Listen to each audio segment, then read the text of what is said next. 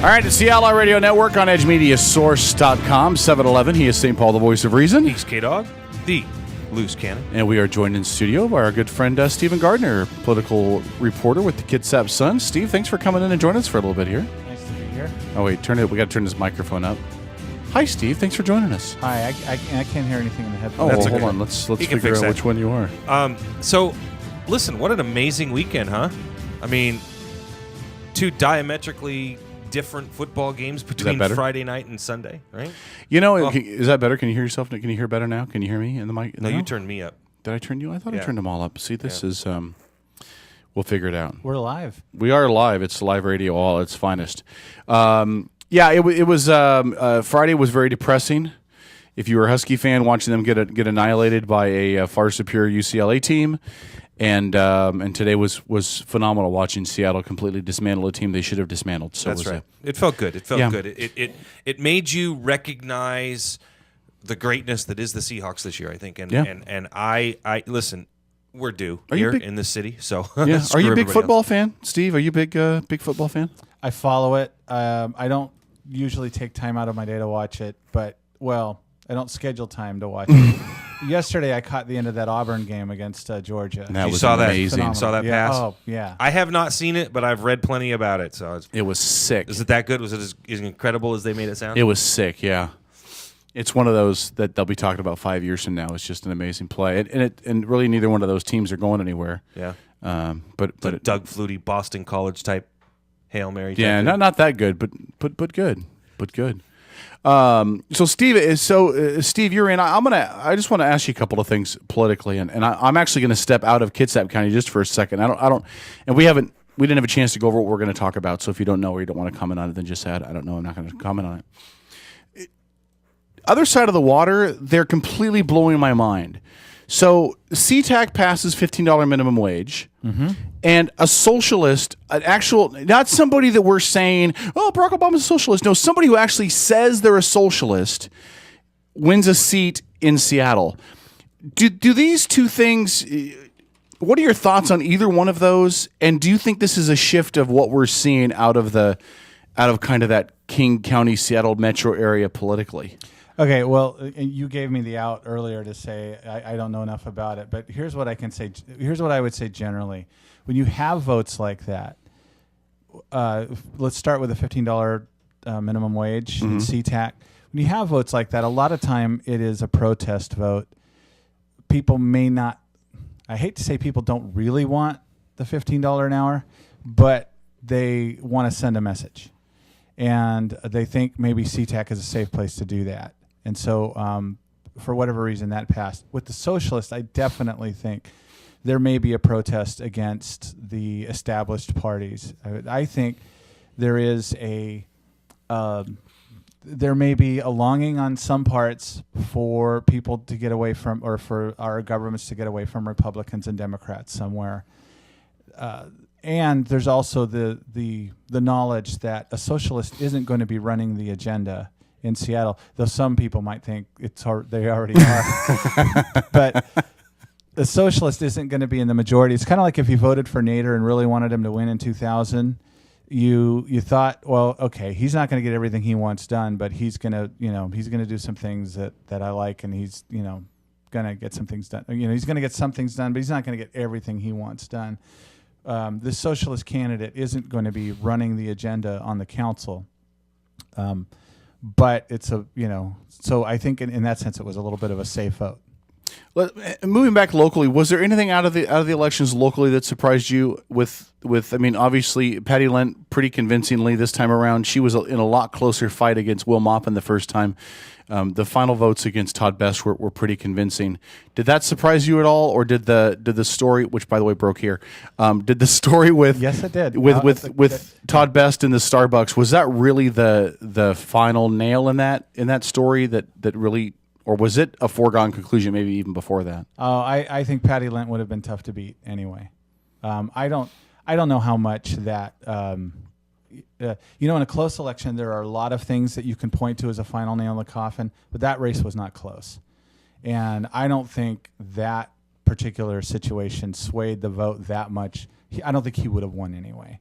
I think he's 100. I think you're 100% correct on that. I really do. Is it funny though, because I always pay attention to the Sun's website, and Josh Farley did some unofficial stuff on his Facebook page. Not Josh Farley, the writer for the Sun, where he just kind of asked some polls out there. Who are you voting for? Who do you think's going to win? Where does your vote go?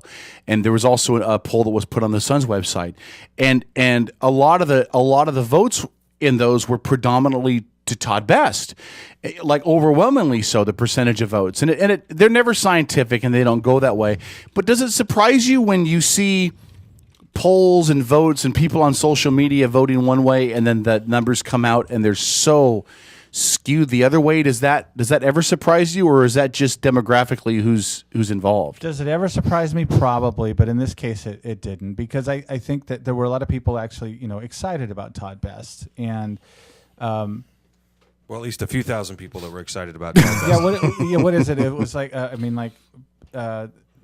don't know that I would say that Patty Lentz support was not as deep, but what do you got, a mile wide, an inch deep kind of a thing, where Todd's supporters really had some passion behind their support. They're going to be more likely to show up for votes like that and that kind of thing. And that's exactly why they were very active on social media, like the Sun's website, for example, right? Yeah. I think they organized for they got their people out for those kind of things. And it's a good move, because you can create an impression that momentum is moving, but it just wasn't really reality. And I will say this, and I was not a Bremerton vote. Do not live in the Bremerton city limits. Was not able to vote. But I got the impression from interviewing Todd first of all, then sitting down with him in here, and seeing the interaction between him and Patty. I think that the one criticism that a lot of people had of him that was very fair was that he was rough around the edges. He had that East Coast attitude that if you didn't know it and understand it, some people could really take it the wrong way. And I think that in some ways, I know a lot of people who knew him and have worked with him around the city, and they all had that same impression of him. And I think that to some degree, he still lacked that experience in the political arena to be able to go out, shake people's hands, get his message across without coming across like the angry white guy in the room, in a Rick Santorum sort of way. And although if he'd have won, I think he'd have been a bull in a china shop. Yeah, I said, maybe I said it on the show. I don't remember if I said it on the show or if I said it on Facebook or in some other forum. I almost felt like the election kind of played out for Bremerton the best way possible, because I felt like Patty, with her years of experience in politics, is really well positioned and really well connected to lead the city. But Todd has shown his ability to rally people locally behind causes that matter. Sure. Whether it's the Tomb of the Unknown Soldier or the other stuff he's done to get behind causes and people. And I hope he never loses that. I hope that he continues to do that. I just kind of felt like this was a really, not for Todd, if you were a supporter of Todd, but this was maybe a win-win for the city, because it allows him to keep doing what I honestly feel like they're both really well equipped to do. On the other side, with Jan Angel and Nathan, whose last name I can never pronounce correctly. Schlicker. Thank you, Schlicker. A lot of money spent in that race. That race, was that probably the largest money on a local race for Kitsap County? Was that probably the biggest money race? It's it's 2 times more expensive than any legislative race in 2012. In that, I wasn't surprised at all that there was a lot of money and that it set a record. I was surprised by how much it set a record, and part of that had to do with the California billionaire investing a lot of money. But Jan had done a lot of fundraising, from the get-go, and she started off with a huge fundraising lead. And if I wrote a story recently about what happened, and I talked with one of the guys who ran the third-party PAC for that was supporting Angel, running ads against Schlicker. He said their job was basically to stay up, to catch up, basically they could even each other out. And part of that is because Jan had a more solid name recognition. The district leans right. But yeah, it was not surprising to me that it became the record-setting district. By how much? Yeah, it did kind of surprise me there. 3.1 million. Wow, that's a lot locally. That's a lot. Does it surprise you how much mud got slung in that? because at the end with there was a lot of accusations with Jan Angel's some of her other involvement and other stuff. It always surprises me when local races, and that's not, I mean, I know that's a state level seat, but really it's a local thing. I never felt like Kitsap and Belfair and this whole neck of the woods really fit into that. Let's throw mud at each other and see what sticks race. But this felt a little more Seattle, Tacoma race-ish to me as far as the stuff that was getting thrown. Did that surprise you how many accusations flew around, or? You know, I guess I try not to be surprised. Sometimes I was surprised by some of the issues they would take on. You know, one of the problems when you argue against somebody else's accusation against you is that you keep bringing it up, and so some of that happened during the race. It got nasty. You know, I've seen nasty races. The difference here was there was just so much advertising. Seattle television stations covered it. You had Keith Eldridge standing in Jan Angel's driveway on Como, which never would have, you know, the same thing could have happened in 2014. Nobody's going to come over here to cover a legislative race. But because it was the only one in the state and because there was so much money involved, it seemed like there was more attention. So, yeah, I think I've seen races this nasty. It's just that we all were paying attention to it. Yeah. And only 1,000 votes separated the two of them. I guess I would have thought, and you're more politically, you know this stuff better than I do, but I would have expected it might have been a little wider of a gap with that. Does that indicate that maybe the attacks were working a little bit? Is Jan Angel still as strong of a candidate in that district? Does this indicate a weakness in that maybe a more established conservative name in that district might have been able to, or was this just one of those years that maybe you talked earlier about some concern about the establishment and the status quo? Well, if you had a concern about the establishment, you didn't really have an option in that race. It was Republican versus Democrat. But as far as the margin of I think I predicted that, and we think about these things. And the day of election, I said, okay, I think Jan Angel's going to win. It's going to be comfortable enough that tonight we're going to feel pretty confident that she's going to be the winner. And it was a little bit close on election night, a little bit closer than I might have thought, but not by a whole lot. And when this started out, what the Democrats say is that Schlicker started 20 points down. And so he got some name recognition out of this. He got his name out there and he kind of closed the gap. He just didn't close it far enough. And I think in the end, what you have is a pretty accurate reflection of what that district wants. 52-48. That's about. Yeah, I think that's expensive name recognition, man. I'll tell you what. But maybe that's a name we're going to hear again because he was able to close that. If he started 20 points down and was able to really pull that up, then maybe that's a name we're going to hear again because maybe out of Democratic circles in that district, he was able to build some good credit. Then that we'll hear about him at some level somewhere. Yeah, last time I talked to him, he said he's leaning against running, and because Jan has to run again in a year. Yeah. He's leaning against challenging her for the seat in a year, spending more time with his family, and he has 3 little kids. I mean, they're tiny, that probably is a priority for him. And during that time, over the next, if he wants to go back to the Senate, if that's where he wants to go, he's got 4 years to do things like get involved in local chambers, those kind of thing, make a name, get some more of his the kind of legislation he wants done down in Olympia. He can really brand. He needs some time to brand himself, is what it sounds like. Yeah. Yeah.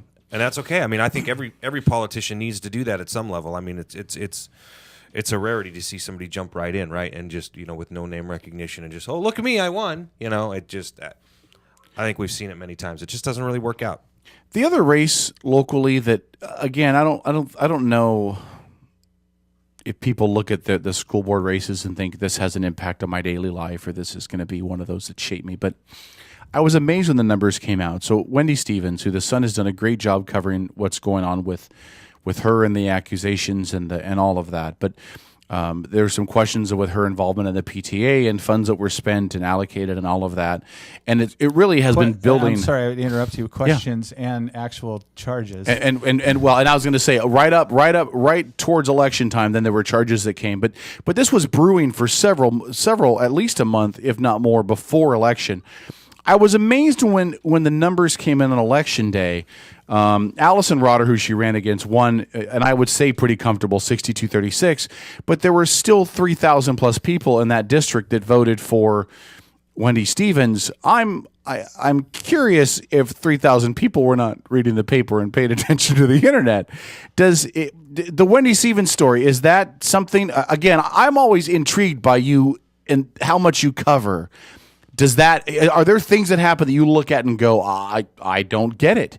I don't understand. I mean, are you surprised that Stevens got 30% or 36% of a vote when she's being investigated and eventually charged with mismanagement of funds from the PTA for the very school district she wants to serve? Yeah, initially it's amazing. And I will say that I have never seen a situation like this where somebody gets in this kind of trouble or pulls out of a race and actually wins.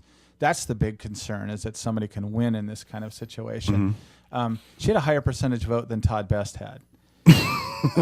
That's true. I hadn't thought about that. I'm sorry. I like Todd and everything, but I mean, the thing is, I don't know. There's some interesting stuff there. Well, we've talked about it a little bit. She has a lot of friends. She has done a lot of work in the school district. Mm-hmm. And this was not my race. So I don't know what kind of work Allison Rotter has done. So she may have been less well known. People voted for. I think people liked Wendy. So, and I think because I don't think the charges came out until after ballots dropped. So people had an opportunity to vote before the charges were filed, and so they probably wanted to believe that this would all blow over, that Wendy should be on the school board. But yeah, so to answer your question, yeah, we were surprised. We kind of and she vanished. We asked why. She vanished in the middle of it too for a little while. Her husband actually reported her missing. She was gone for about a day, I think. Yeah, but her husband was concerned enough that he reported her missing, and there were people looking for her before she showed up and said, "Never mind, I'm fine, everything's good." I saw 3,000 people voted for her, and I thought, what? Okay, well, I don't know. I love you both dearly, but I'll say it because I talked about this after the election. Listen, 3 city council seats, right, ran unopposed. Oh, I know. I was going to ask you to bring this up. Right? Go ahead. 3 city council seats ran unopposed. Mm-hmm. You have an individual who's under investigation, still has 3,000 plus people vote for her. You have people that died in Washington State still win their elections. You guys might not be willing to say it, but I will say Mayor Paulsbo also ran unopposed. Yeah, I will say this. To me, Washington State has some of the most. Well, I just think people just don't give a damn here. I don't think they pay very close attention. I think they're very uneducated, and I don't think they do their civic responsibility in taking the election seriously here. If they did, this stuff wouldn't happen. Seriously, I'm not saying that necessarily to slap people. But I'm being very honest about it. And I think a lot of people like myself, again, I'm not speaking for you two, but I think a lot of people feel that way, that actually follow this stuff, care about who gets elected, and care about the results. Let's take a break. When we come back from the break, Steve, you got a little bit longer to stick around with us? All right, we'll keep Stephen Gardner in studio with us. He's going to rip me during break. If you have a question for Stephen Gardner, you can give us a call at 253-617-1440. Keep it political. Although Steve will gladly tell you that he wore the tie specifically for the show, which is not true, but I made it up. Stick around. More of the Outlaw Radio Network on Age Media Source. We're back after this. Stay tuned.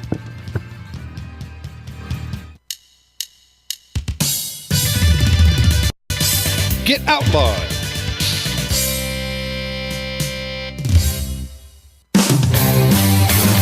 Heather Madden, former machinist, wins success as a skilled professional rock star. No more working dusty old machine shops for me. Being the boss of my own professional rock band has improved my life in every way, and I owe it all to the cool gear at Kitsap Music. What do you want? Substantial spare time? Groupies? Leather pants?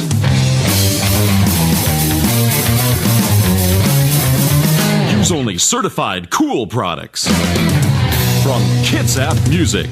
Hey, St. Paul, the voice of reason here. Wanted to send a quick shout out to our friends at Pacific Northwest Artisans. They're a custom concrete and design fabrication company. They can do all of your concrete needs. They can do pathways, walkways, driveways, you name it. You need a new foundation, you're going to do an add-on, give them a call, 731-9812 or 649-0987. Again, that's 731-9812 or 649-0987.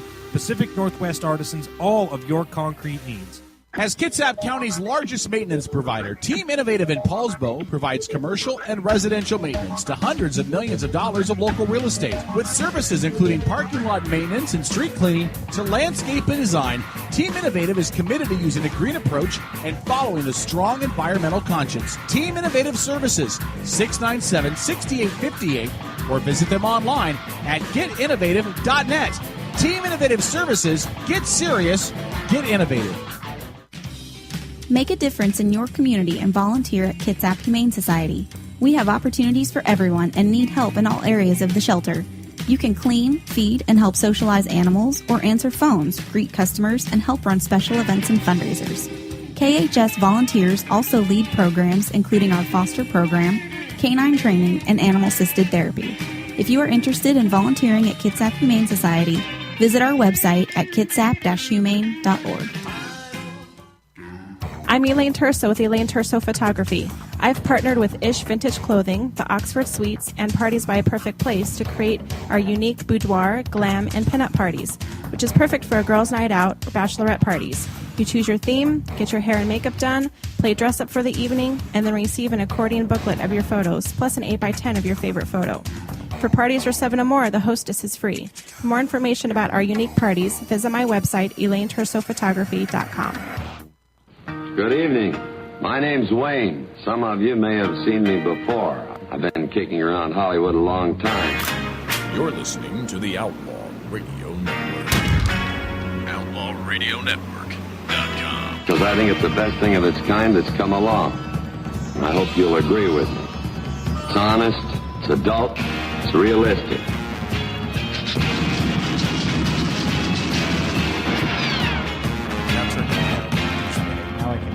Yeah. Hey! All right. And the Lord said, let them hear.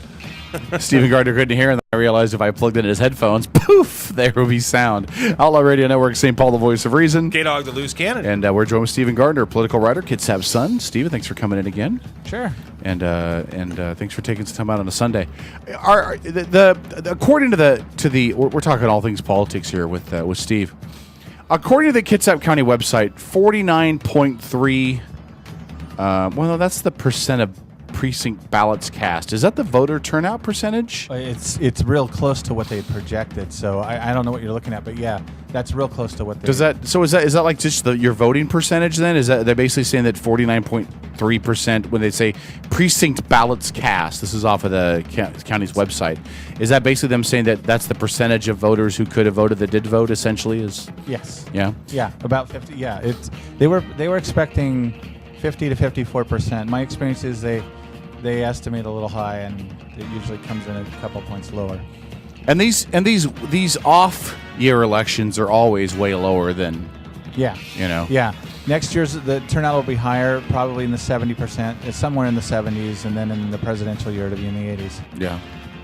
Boy, you're already thinking presidential election, aren't you? It's going to be another topsy-turvy year in a couple of years, isn't it? Well, I mean, there are a lot of people thinking the presidential election already, and that's pretty typical anymore, that you start looking, 3 years ahead. Well, 4 years ahead as to who's going to run next 4-year cycle. One last thing locally, and this is a name that people talk about a lot locally, and I actually think he ran for city council before and didn't make it in, but he made it in with the whole redistricting. Is Dino Davis? Mm-hmm. He's a new guy, right? Is he new to the council? Yes. Yeah. Yes. So, but he's had some pretty good grassroots. People have been talking about him for a while as a guy to step into the council, right? I stopped covering the city about a year ago, so okay. I don't know as much as Josh Farley would know, but I know he had. I believe he was backed by the Democratic Party, and there were some candidates throughout the county who had backing of either party, both parties, and he definitely had some solid support. Yeah, I know that his name has been. I hear, I just hear people talking names about people that they want to be active or get active, and Dino is a name that I've heard a couple times just from people randomly, and I'm always impressed when you hear these are, like we had heard. I had heard Todd's best name long before the mayor thing came up. That this is the guy who needs to get involved and needs to get active and do something. So it's always nice to see that people grassroots wise.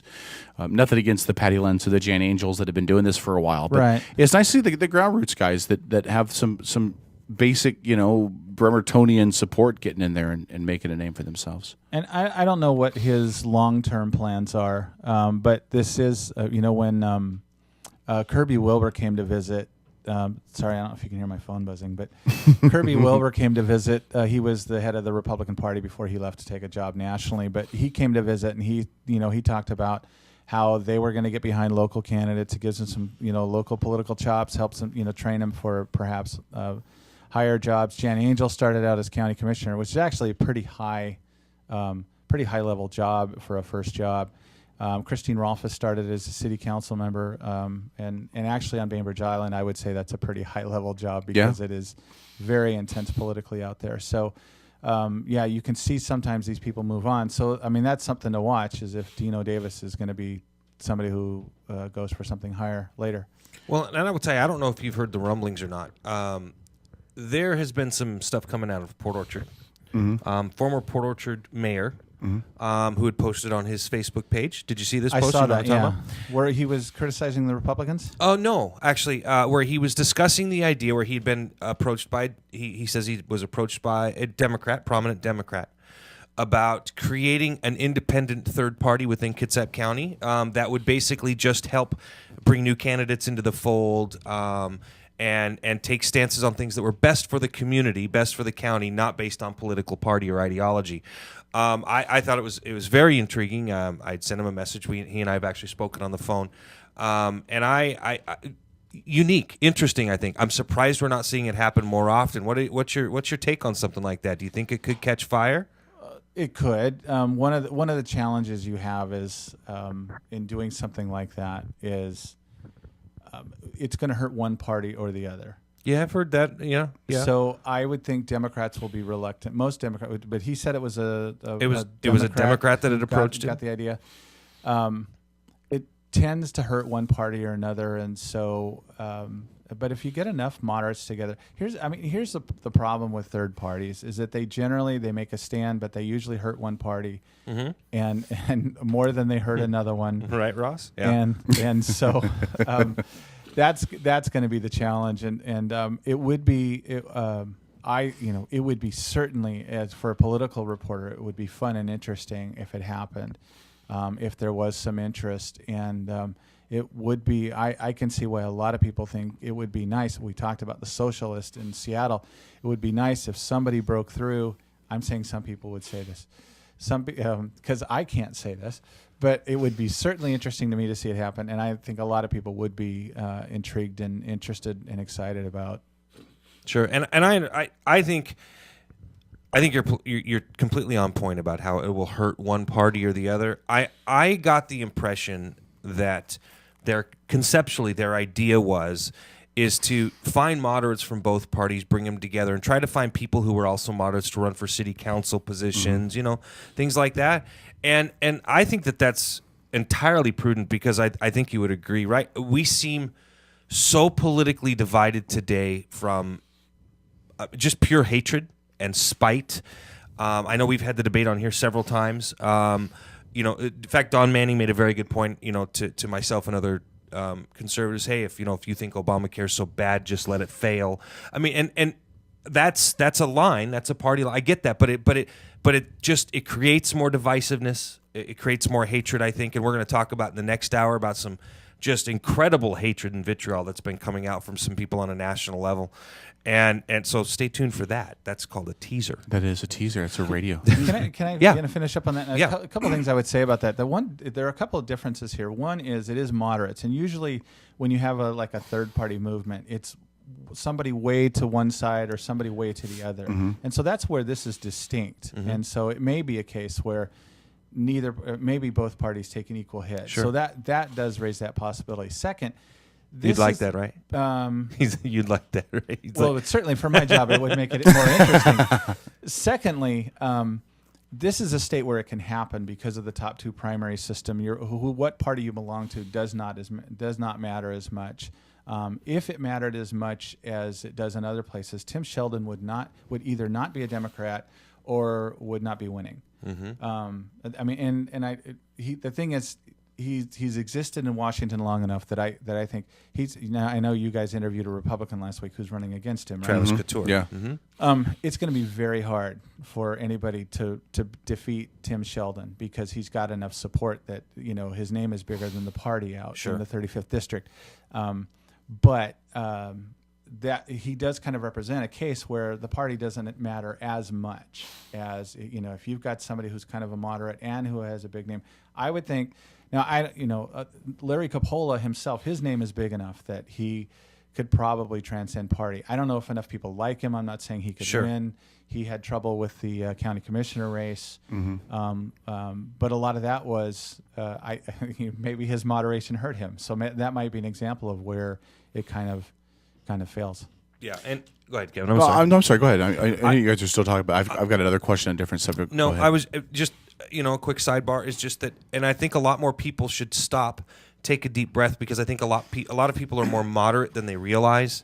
I think that they just get led down this path because of pundits and news networks, and they think, oh, I have to think this, because Sean Hannity says it, or because somebody else says it, and it's unfortunate. People aren't thinking enough for themselves anymore, which got to my earlier point about dead people getting elected, not paying close enough attention. I'll say this on this subject. I think that as you had said earlier, Stephen, I think this would be a gaping wound for the Democrats, because I think when you argue fiscal issues, right? When you argue fiscal spending and responsible spending, I think most Americans are on board with that. I think most Americans would say we have to argue, we have to spend responsibly, we have to balance budget. I think most people would agree with that. I think that the defining factor between most parties and the thing that causes the most arguments, what do we hear the most arguments about? We hear the most arguments about Obamacare, socialized medicine. We hear the most arguments about abortion. We hear the most arguments about gay marriage.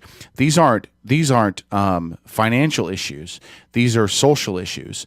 And if you came up with a third party, my opinion now, if you had a third party that basically said, if you almost a libertarian-esque third party that said we're going to leave the emotional social issues off the table, we're going to leave those to states, which a lot of constitutionalists believe it should be anyway, and we're going to deal with the core issues of running this country, then the only group you're going to tear from would be the Democrats, because the Republicans have a core group that believes in the Constitution and strong faith-based values, where they're not going to go to that anyway. You're not going to lose that. But you'd lose a huge group of Reagan Democrats that would conceivably move over to that. You'd split the Democrat right down the middle. You just haven't had it. So I don't know. I'm rambling now, but I think I agree with Stephen. You'd split the Democrats, and then you would essentially do the reverse of what we saw Ross Perot do to George Bush against the first election in Clinton. But that's just me. Let me ask you one other local question really quick. Josh Brown, to my surprise, essentially resigned his seat, took a job on the other side of the water for the regional council. Were you surprised that he did that? I always kind of envisioned that Josh was going to have larger political aspirations at some level, that the county commissioner in Kitsap County was maybe going to be a stepping stone for him to larger office. Does this prove that idea wrong? Is this a way that he's working to do that by networking with other people around the state? Is this a hiatus? How does this play into the idea? Because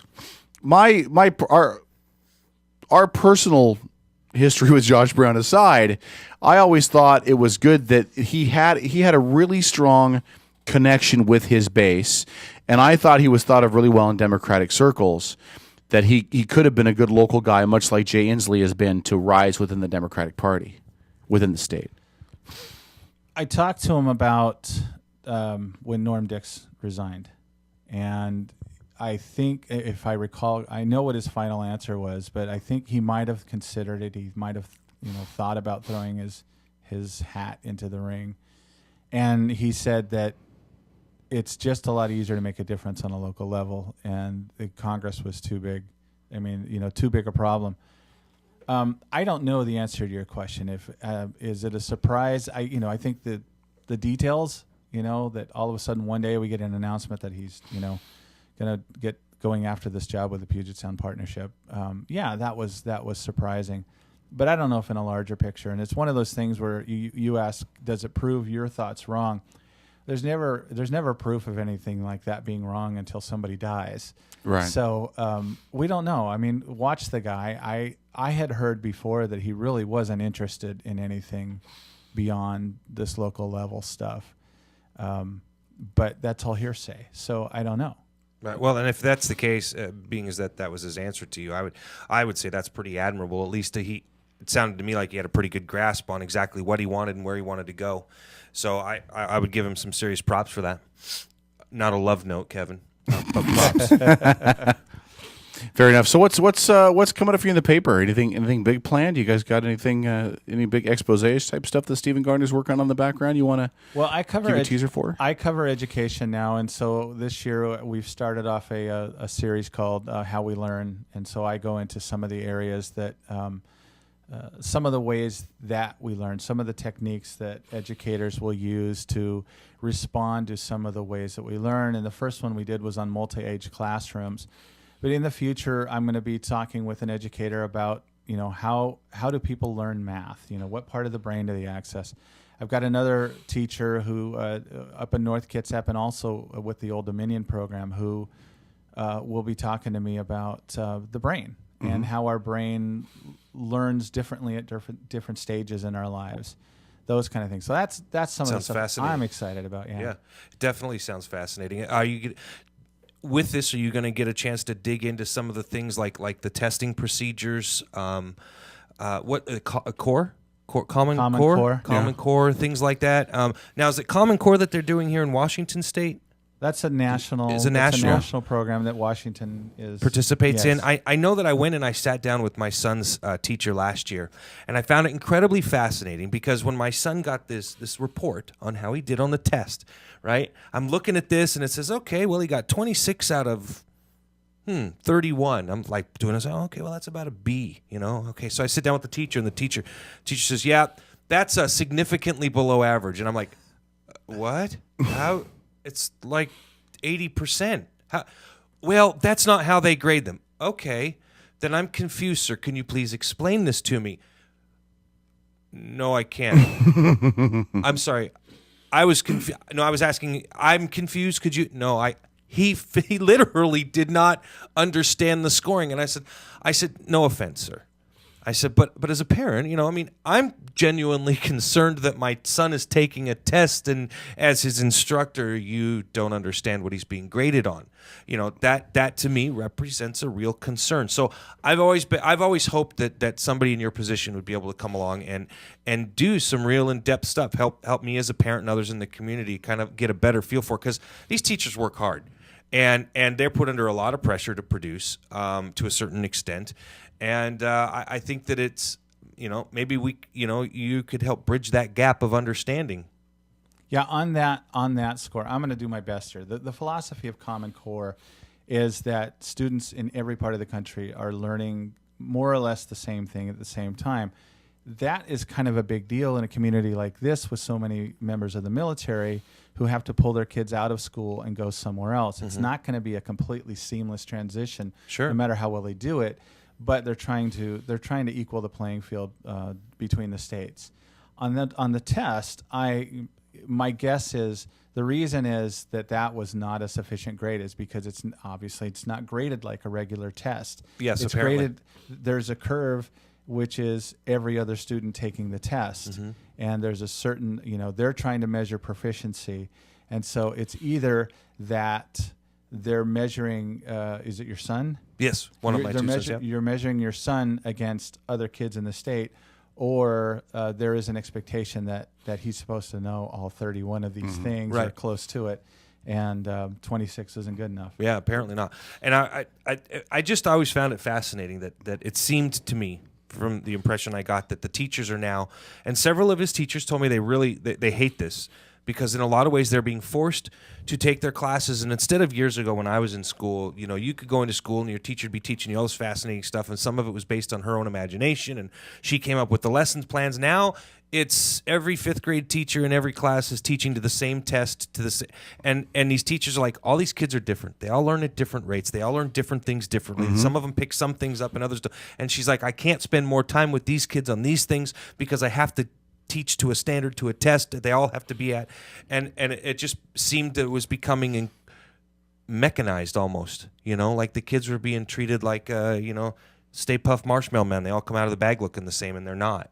So anyway, it's a concern. That is the tension in education right now, I think, that teachers, I think a lot of teachers agree with Common Core philosophically, but there is a tension between getting that, getting every state on the same page and, how does this child learn? Sure. Mm-hmm. Now, another question I have for you on the education thing. There are some really cool programs. One of them at Ridgetop Junior High that I just learned about, actually with regards to the same son. He wants to be a pilot. He's got a couple hours of log flight time. They got a great grant. They have a flight instructor at the junior high teaching a wonderful program focusing on math and science. That is so cool, but yet in the community, we would never know that program exists if I didn't have a mother that worked in the education system, So hopefully they will be able to feed you information on those kind of programs, huh? Yeah, no, that's my fault. I should get that story out there. Yeah. I didn't know that, but I just think it's really neat. And let me ask you this question too. This is a program I thought was really cool, although part of me argues with myself whether or not I think it's something we should actually be doing, but that's a different conversation for a different show. At Naval Lab in elementary, they've been running a Spanish immersion program, which one of my daughters is in. She's a first grader. She's been in it since kindergarten. But they're essentially running children from kindergarten all the way up, and they'll teach them Spanish the whole time. So the books are in Spanish, the teacher's speaking Spanish, everything is through Spanish, and then the English reinforcement is done at home through the parents. Yeah, it's really to have them completely bilingual by the time they graduate junior high. Mm-hmm. Okay. And it's an amazing program. I can see the logic in that. Yeah, it's an amazing program in its inception. Again, we're just talking about programs. I don't know if you have or if you're going to, but if you do on a personal level, let me know, because I'd love to read more about it, just because she's involved with it. Yeah, but the Naval Avenue, that was the first place they did that in Kitsap County, and I think Bainbridge, they're trying to start it. I actually, as it turns out, I have a niece who lives in Vancouver, BC, and she's in French immersion classes up there. And when they introduced it here in Bremerton, I got to go over to Bellevue, where they've been doing it for years, and they kind of explain the whole philosophy behind me. And yeah, this is an age where students can learn another language and they don't miss out on the concepts. I think when they get older, it kind of it's a little bit more challenging to do that. It was for me. German was a nightmare. Yeah, I took German too. I took a year of it and ran for my life. Yeah, but it's really interesting to watch. It's interesting to watch her as 6 years old trying to pick up Spanish, and then come home and be read, try to pick out sounds in English and trying to remember the difference between the two. So it's an interesting program. That's cool. So again, kidsupson.com, or subscribe to the paper, or pick up some subscription to the website, and check out what Stephen Gardner's doing, and Josh Farley and all the other cool people over at the Sun. And thanks for taking some time and spending some time with us tonight. It's been great having you in. I haven't been here. To these aren't new digs to you guys, but yeah, I want to check it out. It's new dig. You were by the old place, right? You'd stopped by our old studio before we came over here, but that was quite a while ago. It was. So we're getting big. Yeah, we're moving up, man. Yeah, a little bit at a time. We're getting ready to roll with a Kickstarter program, and we're going to get some new equipment in here, and got new shows coming on board. Yep. We're growing. Yeah, it'd be a lot of fun. That's great, guys. So there was, gosh darn it, forget it. Never mind. I totally lost my train of thought. Welcome to live radio. That's right. TV. That's Internet, right. Internet V, whatever they call it. They even have a name for this stuff? Webcasting? It's webcast? Podcast? Webcast? It sounds like something on a XXX site or something. I don't know that I'd enjoy calling it a webcast. I don't know why you went there. I don't want to know. Because you called it a webcast. It just didn't sound right. Yeah. And during the break, you brought up the. Never mind. It's good. It's know all what you're good. Talking about. It's all good. All right. So Stephen Gardner, thanks again for coming in, man. We appreciate it. Thanks for having me, guys. Thanks for coming in. All right. So here's how the rest of the show is going to work out tonight. When we get to the top of the hour, we'll check in with the national news. We'll go through the national news break. When we come back, there's a couple different things we're going to touch on. And I'm excluding Stephen from this part of it because I'm not putting Steve in the position where he has to comment on this. But one thing is, I know you've got a topic. One topic that I'm going to bring up. We had a great conversation on my Facebook page. That started yesterday and again, I love these discussions on Facebook and in social media where people are respectfully disagreeing, sharing their ideas and their thoughts, and I don't agree, and here's why. But it doesn't devolve into this internet Rambo mentality. And one of the discussions that we had on was based off a post that I made about how I believe that conservatives are a little off base in the fact that they're if they want to be against abortion, that's fine. I don't have an issue with that. But there's this large groundswell that doesn't support requiring insurance programs to cover birth control. Yeah, we're going to set you straight on that. Your argument that's fine. is way off base. That's fine, and that's fine. And so I voiced that on a page. It went into a really great conversation. I think we'll touch on that a little bit because I think there's a whole lot of rubs to that discussion to have, and so we'll have that after the top of the it's a rub if that's what you want to call it. Yeah. Okay. And you've got something for next hour as well. I got several. Listen, this was just a weird week for news. We got the hurricane that comes out. We got the issue with and as hard as I've been on San Francisco, no pun intended. What that city pulled out all the stops for that young man for the bat dad and the bat kid and all that, just absolutely phenomenal and amazing, wasn't it? I'm a Dodger fan, and I got to give my hat off to San Francisco. Yeah, Way it was to go. just so cool. For those of you guys that don't know what Paul and Steven are talking about, there was a kid that just I think he was going through brain cancer. He had brain He's cancer. a leukemia survivor. Leukemia, yeah. Mm-hmm. At 6, he's in remission. Yeah, and just went into remission. They did a very. Are you going to explain the whole story next hour? Or do you just want to tease this? No, go ahead. I wasn't going to actually talk about it. I was just telling because I always give San Francisco crap, but generally because they deserve it. But this one particular instance is just absolutely amazing. Well, they did a Make-A-Wish decided that they were going to give this kid a wish, and his wish was to be Batman.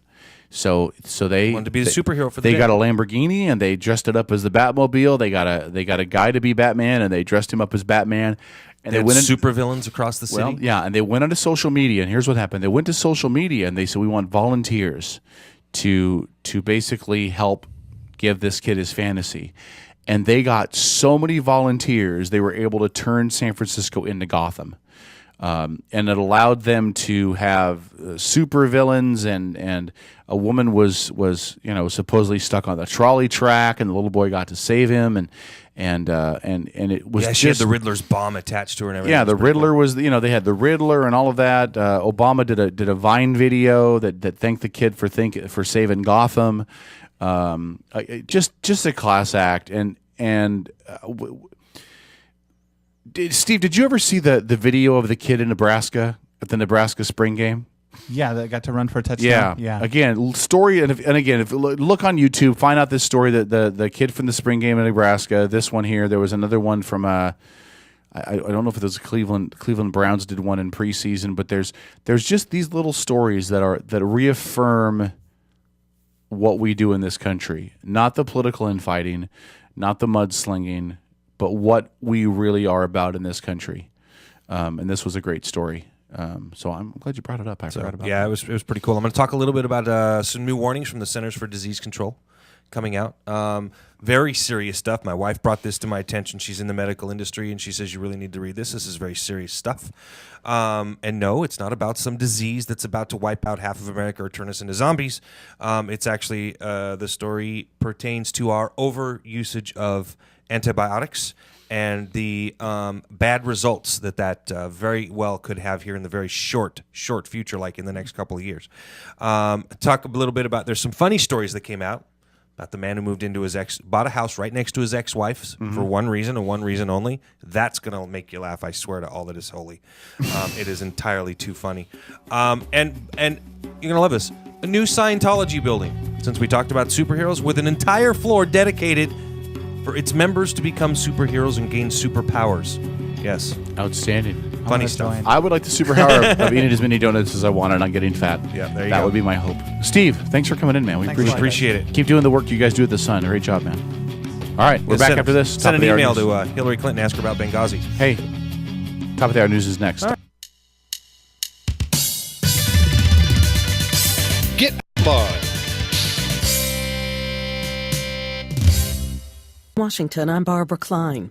Severe storms and dozens of tornadoes swept across the Midwest today, flattening neighborhoods, flipping cars, knocking out power, and across Illinois, leaving at least 5 people dead. Brian Jaden told WLS-TV while he and his family hid in their basement. Tornado took the house down. Indiana Governor Mike Pence tells WRTV the system left destruction in its path across his state. 21 counties either reported a tornado touchdown or have damage. The system has shrunk in size, but powerful winds and the potential for tornadoes are rolling east. In Colorado, 2 miners are dead and 20 others were sent to area hospitals after an accident at a silver mine in the Rockies. Eric Whitney reports from Denver. The deaths and injuries appear to be the result of blasting operations that compromised air quality inside the underground Revenue Virginius mine outside the town of Ouray in Colorado's southwest corner. Kathy O'Connor is a nurse at Montrose Memorial Hospital, where 10 victims were taken. 2 of them came in by helicopter. They were fairly stable. All of them were stable when they arrived. And the 2 we admitted are getting treated with oxygen and observation. About 100 people work at the mine, which has been undergoing refurbishing in the last couple of years after being shut for decades. A local newspaper says representatives of the Federal Mine Safety and Health Administration were on site shortly after the accident. For NPR News, I'm Eric Whitney in Denver. Israel is intensifying a lobbying campaign against a potential agreement between Iran and 6 world powers aimed at curbing Tehran's nuclear activities. Talks resume Wednesday, and Israeli Prime Minister Benjamin Netanyahu says he hopes to convince negotiators to keep economic sanctions in place, if not strengthen them. French President François Hollande, who's in Israel today, says he agrees. Meanwhile, NPR's Jim Hawk reports expectations for the talks are low. Defense Secretary Chuck Hagel, speaking at the National Defense Forum in California Saturday, vowed there will be no agreement with Iran that does not meet the needs of the U.S. and its allies. The President has said, Secretary Kerry has said, a bad deal is worse than no deal. There will not be a bad deal. Hagel also downplayed expectations for the next round of talks in Geneva. Engagement, as I've often said, is not surrender. It's not appeasement.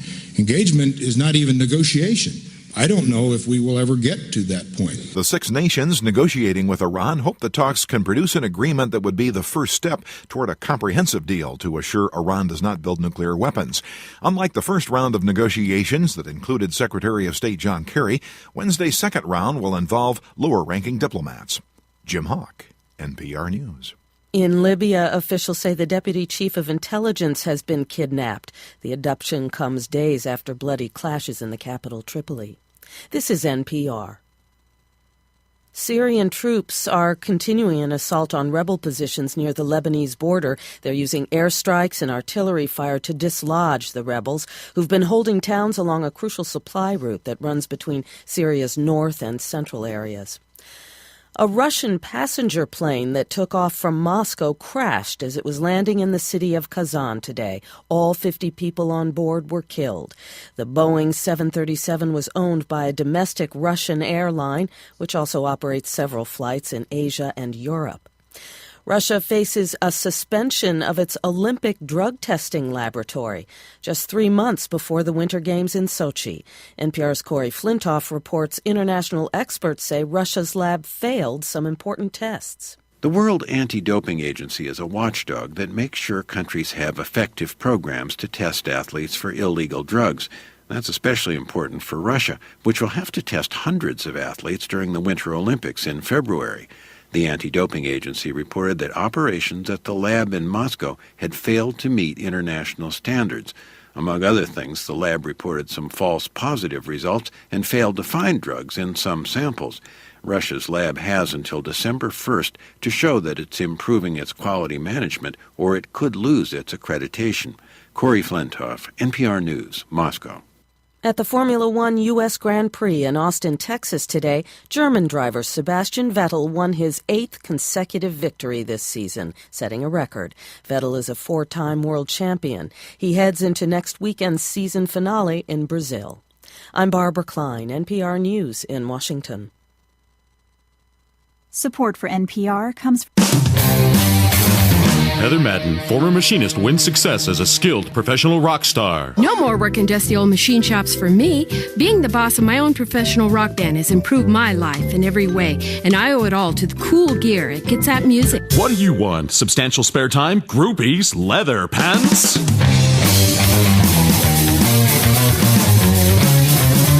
Use only certified cool products from Kitsap Music.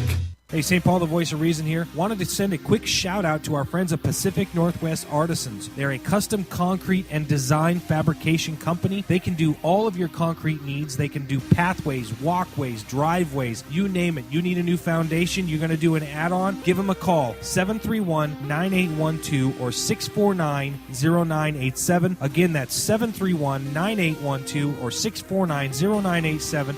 Pacific Northwest Artisans, all of your concrete needs. As Kitsap County's largest maintenance provider, Team Innovative in Paulsbo provides commercial and residential maintenance to hundreds of millions of dollars of local real estate. With services including parking lot maintenance and street cleaning to landscape and design, Team Innovative is committed to using a green approach and following a strong environmental conscience. Team Innovative Services, 697-6858, or visit them online at getinnovative.net. Team Innovative Services, get serious, get innovative.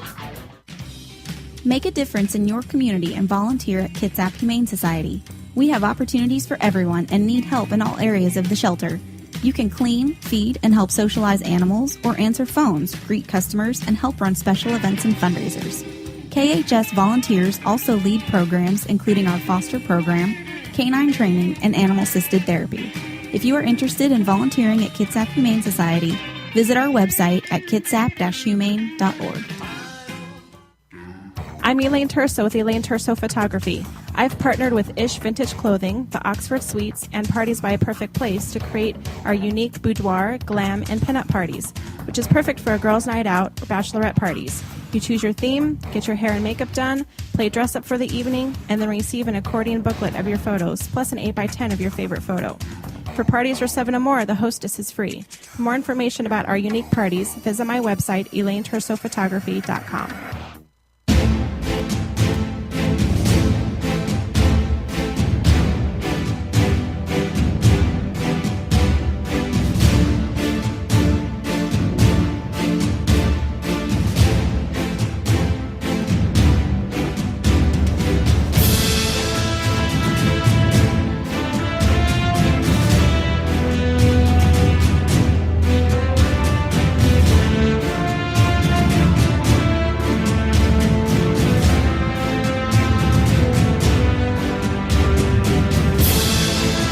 All right, it's the Outlaw Radio Network, 8:08.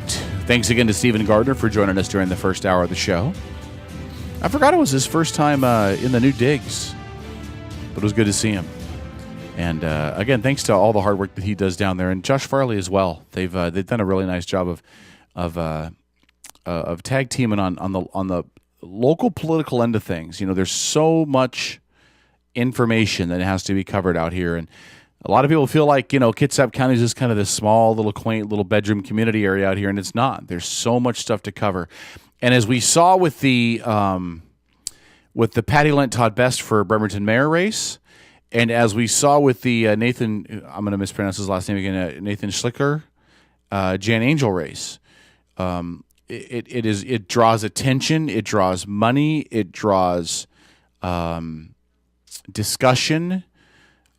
It draws interest, not just from those of us in Kitsap County, but as Stephen mentioned, you know, we hear about, you know, Keith Eldridge from Como was in Jan Angel's front yard, you know, standing in a driveway talking about that race. Now, little old Kitsap County gets a little bit of mention there. So, you know, thanks to the folks at the Sun for doing what they do. All right, so Paul is not in here yet. I know he had a phone call, so I think he's got something he's dealing with. So here's what I'm going to start off with. I had mentioned this before on my Facebook page, and I want to talk about this because to me, it's very, and Strip, I want you to keep an eye on the phone lines because I expect we're going to have at least one caller, not an official guest, but somebody who has said that they may want to call in during this segment to talk about it. So Strip, just keep an eye on the phone lines for this. But I want to read this to you. What I put on my Facebook page, and this was done last evening. Well, all I said was, dear Republicans, if you're against abortion, that's fine. But it doesn't make sense to me that you would also be against insurance plans that cover birth control for women.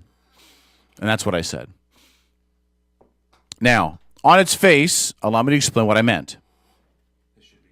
Paul's, your mic's not on. Let me explain what I meant while Strip turns on your microphone, and then I'll let you chime in. We may have a phone call from Brent. I know that he was discussing on the page, and I welcome his phone call. Sure, sounds good. I know that and to me, this is outside of Obamacare. This is not an Obamacare discussion, but there's been a lot of discussion as part of Obamacare, the requirement that insurance companies cover birth control for women. And some on the right have been upset by this because of the obligations put on religious organizations to include in their health plan coverage things that they may find morally against their religious views or the views of their church or their religion or their beliefs. And it's been one of the bones of contentions in Obamacare, especially early on. It hasn't been talked about a lot lately because they're focusing on other things like the dysfunctional, stupid website. Can I get where you're going with this, and I totally understand what you're getting at. Yes. But can I ask you, and I do not mean to put you on the spot about this. Please don't but put me on the spot. Go ahead. But I think we need some context here. Do Sure. you have any article or any source that you're citing specifically?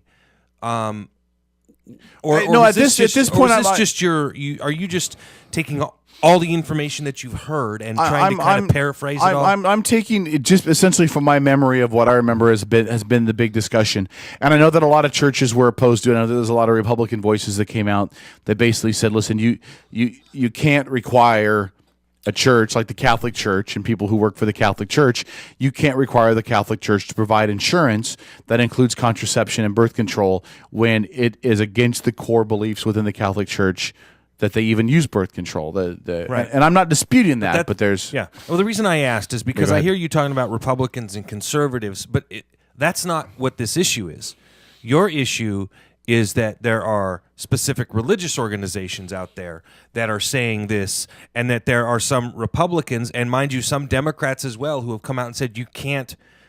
It crosses the boundary line if you force Catholic organizations, for example, to provide these services that are strictly against their religious dogma. Right. Now, they have a valid point in that, whether you agree or disagree. Sure. They have a valid point with it, but it's not conservatives and Republicans. What conservatives like myself are so upset about is that, now remember that when the negotiations first began with regards to the Affordable Care Act, in order to get certain people to vote certain ways, the promise was made, do you recall this, that tax money or part of the Affordable Care Act would not include coverage of abortions. Right. Because they didn't want to run the gambit and have people saying, to me, abortion is murder. Therefore, you're not using my tax dollars to pay for abortions, or then I'm responsible for these abortions. Right. Okay.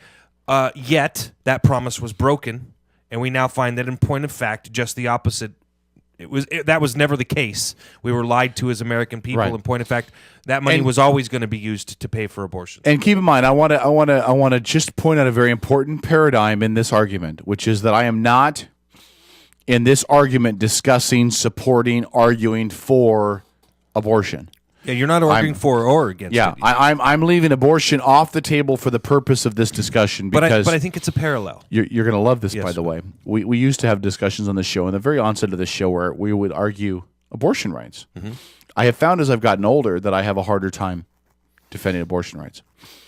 So, I'm not going to argue it because I'd be half-assedly arguing it because I just, not that I'm suddenly for banning abortion. I just don't have the foundation where I feel like I could adequately argue in favor of keeping it. Does that make sense? Yes, there was a long pause because that will be a great promo. Yeah. And I wanted there to be a big enough pause there so that I could accurately cut it out. Now, and why I wanted to bring this up on the show, because Des, make sure you quote K-Dog as saying he is no longer for abortion. No, I didn't say that. I said I cannot, no longer against I cannot, people I who are cannot, against abortion. I just can't argue for abortion. I'm not against, I'm not for banning abortion, but I'm not at a point where I can argue its because I noticed on relevance. our prep board over there, you put up there for this point in the show, we were going to discuss the GOP's war on women. Yes, and I'm going to get to that. Okay. So let me explain. That's where I'm and curious to see here's where this going with comes from, because I still have yet to see where a Republican has somehow I'm gonna explain going this. after women. Okay. So, and this is where we get into my conversation with Brent off the Facebook page, and I use Brent's first name because it's all public because it's on Facebook. So.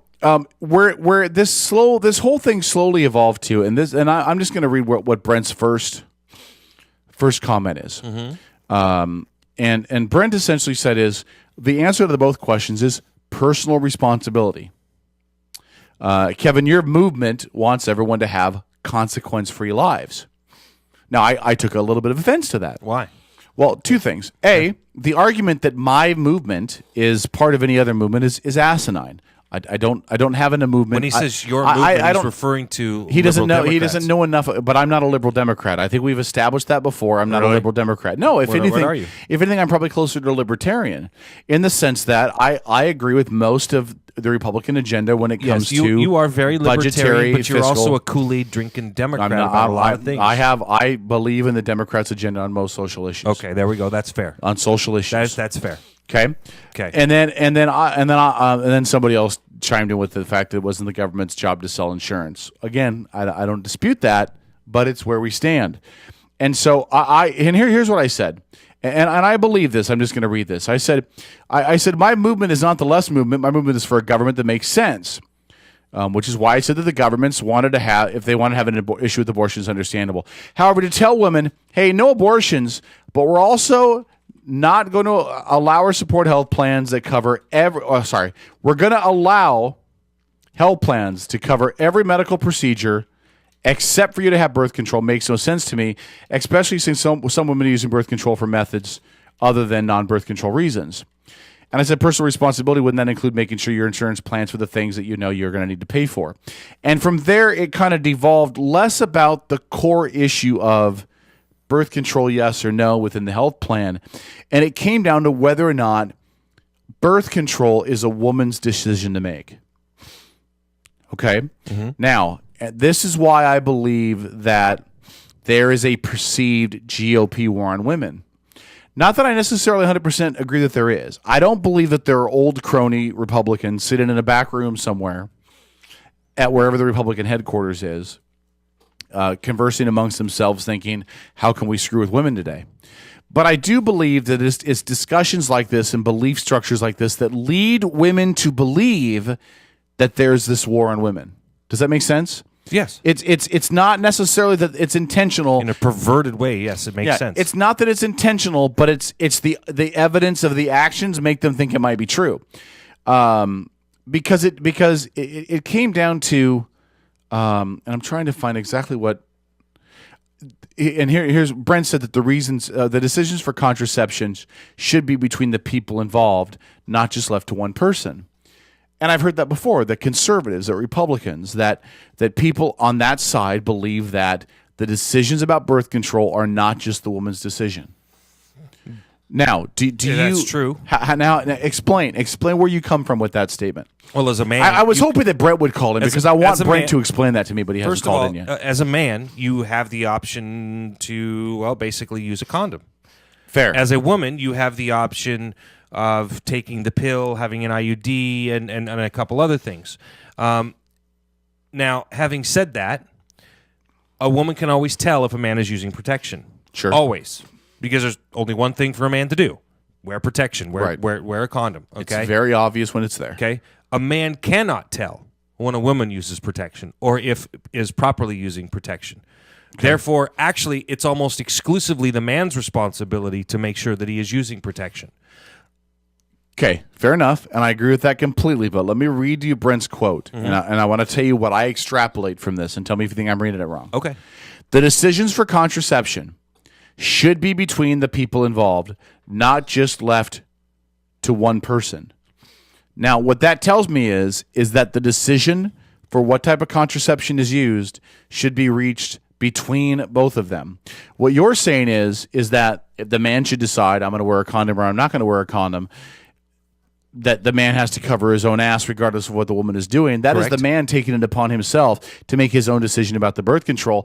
That is not what I'm getting that Brent believes, and it's not what I get that some, not all, conservatives believe, which is the decision of birth control is a two-person decision. Yeah, I don't think the decision of IUDs. I think you're misreading it. Okay, and I might be, but the decision of IUD, the decision of the birth control pill, the decision of condoms, that becomes a two-person decision.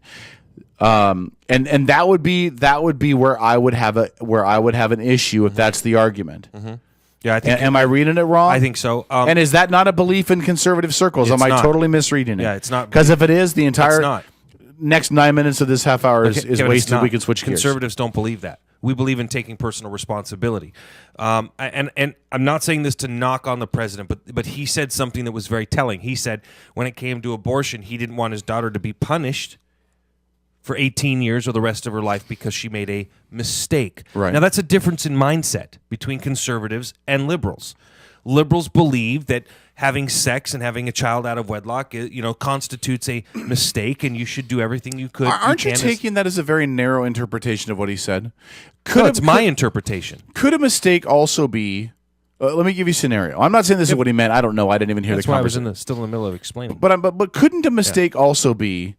Woman goes to a party, she's not paying attention, somebody roofies her drink, she wakes up the next morning with her panties around her ankles, and she's pregnant because somebody took advantage of her because she made poor decisions. That's rape, and most of us believe that an abortion should be is okay in the event of rape or incest or the life of the mother is at stake. Right. So again, that type of mistake is pretty much it's covered under our pretext. It is, but what if she doesn't want to go to the cops with the rape?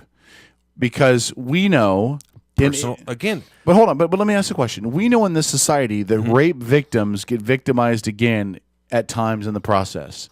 Their character gets called into question, who they are gets called into question. They are the victim of a crime, but they become the accused in a lot of instances of, well, what were you doing? What did you do to lead him on? How did how is this your? You know what I mean? And I'm just asking. I do. Would you, if you had a daughter, would you fault her if she said, I don't want to subject myself to that. I've already been raped. I do not want to put myself on trial. My life, my history, my actions. I don't want to be that person. I don't want to go. I don't want to be labeled. I would rather leave that night alone. Go see a therapist. Go see a counselor. Whatever I'm going to do in my own time. But I do not want to be put before the court of public opinion.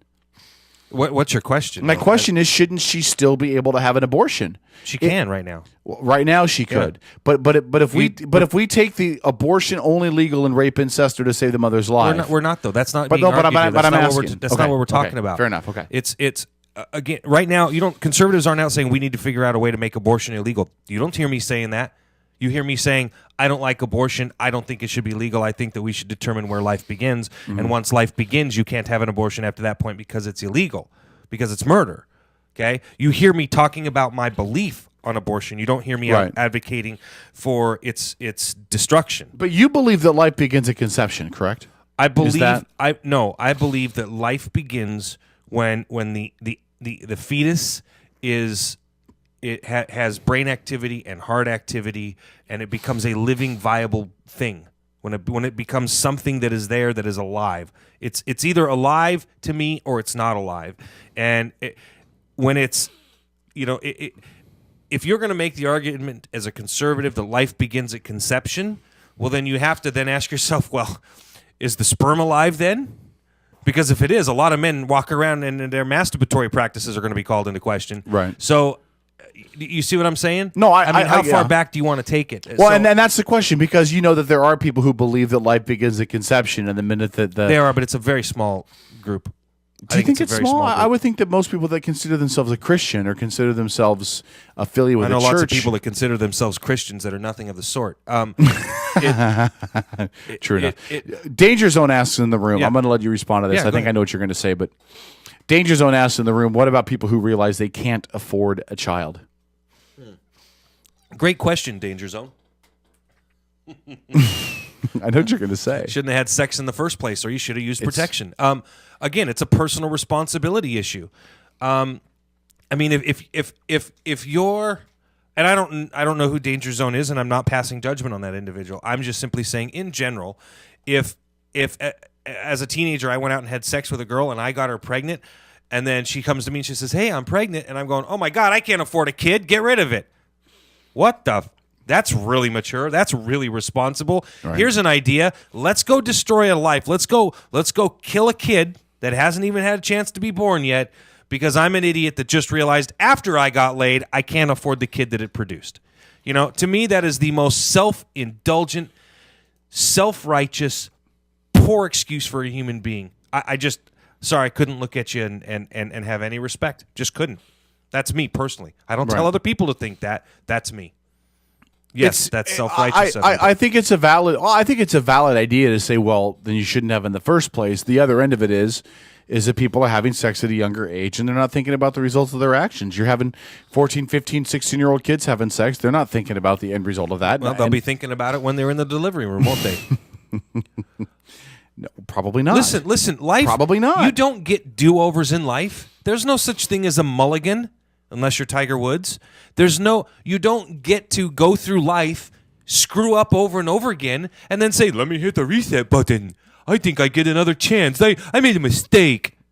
Well, really? Well, your mistake just ruined the lives of X number of other people. Okay, Danger Zone has a response. Yeah, go ahead. Thank you for the Danger Zone says, is it really? So instead, flood the system with kids so the rest of us have to pay for them. Yep. So they're Absolutely. Yeah. You know, again, it's a personal responsibility issue. But I think what Danger Zone's response is it is no longer personal responsibility, because then they have the child they can't afford to pay for, and then they go on welfare, and then the rest of the system Danger is paying for them to have the kid. Is that every human life has a price tag attached to it. I can appreciate that. Because that's exactly what Danger Zone is saying. I'm playing devil's advocate. I'm asking just you. reading that. Well, I'm asking you. And he says corporation, or he or she says corporations hit the reset button all the time. Yeah, we're not talking about corporations. We're talking about human life. But hold on. But it is true, right? What? There is a different level of expectations put on people than on corporations. If you have enough money, it's a Pyrrhic argument. No, it's not Pyrrhic. Hold on. Yeah, I don't If you understand got enough money, if you got enough money, or you got enough power, you got a reset button. It's only really the poor that doesn't have a reset button, right? I mean, if you got enough money, you can hire a good enough lawyer, you can get out of stuff. For example, you're rich, you take a girl home from the bar with velociraptor teeth, she gets pregnant, right? You got enough money, you can basically write her a check and you have your do-over. You know, you have your reset button. That's not a do-over. But it is. But it could be a do-over, because you can basically you have a warped sense then of I'm just. But don't believe it. But let's not pretend it doesn't happen. If Well, it you doesn't have matter enough to money me. or enough power, Yeah, you can get yourself a do-over. None of that the matters poor doesn't to have me. that. We're talking specifically here about somebody and their desire to go out and have an abortion. And if you think that using abortion as a form of birth control is the right thing to do, if you think it's the morally virtuous thing to do, if you think that it's acceptable to do it, well, then I feel sorry for you, because you must have a really warped sense of morality. It's not a good. It's not a good way to go through life. It's not a good way to raise your children, to make them think that this is okay. It's not okay. Because we're not even getting into the issues of what the abortion process does to the female body. So I'm sorry. It's just, there's no conceivable way that you are going to convince me that, except in cases of incest, rape, or when the life of the mother is at risk, that abortion is an acceptable thing. Now, that doesn't mean that I'm sitting here saying we need to find a way to get rid of Roe v. Wade and repeal it. I'm not saying that. It's the law of the land. I accept it as the law of the land. But I will sit here every day of the week and twice on Sundays, and tell you how bad of a thing that it is and how bad of an idea it is. And I will support anyone else who wants to come on and tell you how bad of an idea it is, because I still am looking for the righteous argument about how abortion is this grandiose thing. And I'm sorry, putting a price tag on a human life or an unborn human life, that's not a good argument. And it's and as we had to break, the only argument I've ever come up with abortion is that I never wanted the government to be in the role of deciding when it was going to be allowed and when it wasn't. That was the only argument I ever had for it. I agreed the whole rape, incest, to save them with his life.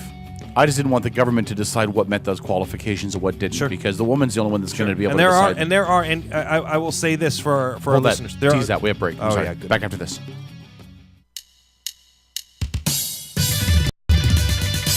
Get outlawed.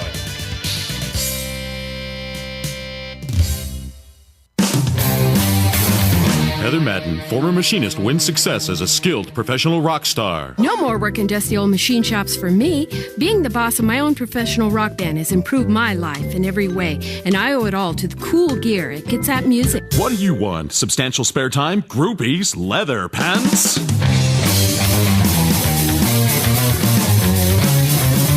Use only certified cool products from Kitsap Music. Hey, St. Paul, the voice of reason here. Wanted to send a quick shout out to our friends at Pacific Northwest Artisans. They're a custom concrete and design fabrication company. They can do all of your concrete needs. They can do pathways, walkways, driveways, you name it. You need a new foundation, you're going to do an add-on, give them a call, 731-9812 or 649-0987. Again, that's 731-9812 or 649-0987. Pacific Northwest Artisans, all of your concrete needs. As Kitsap County's largest maintenance provider, Team Innovative in Paulsbo provides commercial and residential maintenance to hundreds of millions of dollars of local real estate. With services including parking lot maintenance and street cleaning to landscape and design, Team Innovative is committed to using a green approach and following a strong environmental conscience. Team Innovative Services, 697-6858, or visit them online at getinnovative.net. Team Innovative Services, get serious, get innovative. Make a difference in your community and volunteer at Kitsap Humane Society. We have opportunities for everyone and need help in all areas of the shelter. You can clean, feed, and help socialize animals, or answer phones, greet customers, and help run special events and fundraisers. KHS volunteers also lead programs including our foster program, canine training, and animal-assisted therapy. If you are interested in volunteering at Kitsap Humane Society, visit our website at kitsap-humane.org. I'm Elaine Terso with Elaine Terso Photography. I've partnered with Ish Vintage Clothing, the Oxford Suites, and Parties by a Perfect Place to create our unique boudoir, glam, and pinup parties, which is perfect for a girls' night out or bachelorette parties. You choose your theme, get your hair and makeup done, play dress up for the evening, and then receive an accordion booklet of your photos, plus an 8x10 of your favorite photo. For parties for 7 or more, the hostess is free. For more information about our unique parties, visit my website, ElaineTersophotography.com. Good evening. My name's Wayne. Some of you may have seen me before. I've been kicking around Hollywood a long time. You're listening to the Outlaw Radio Network.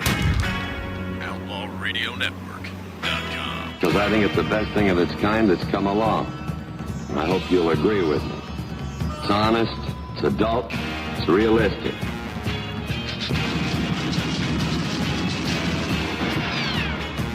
Well, hey, your mic's on. I watched one of the funniest movies I've seen in years the other night.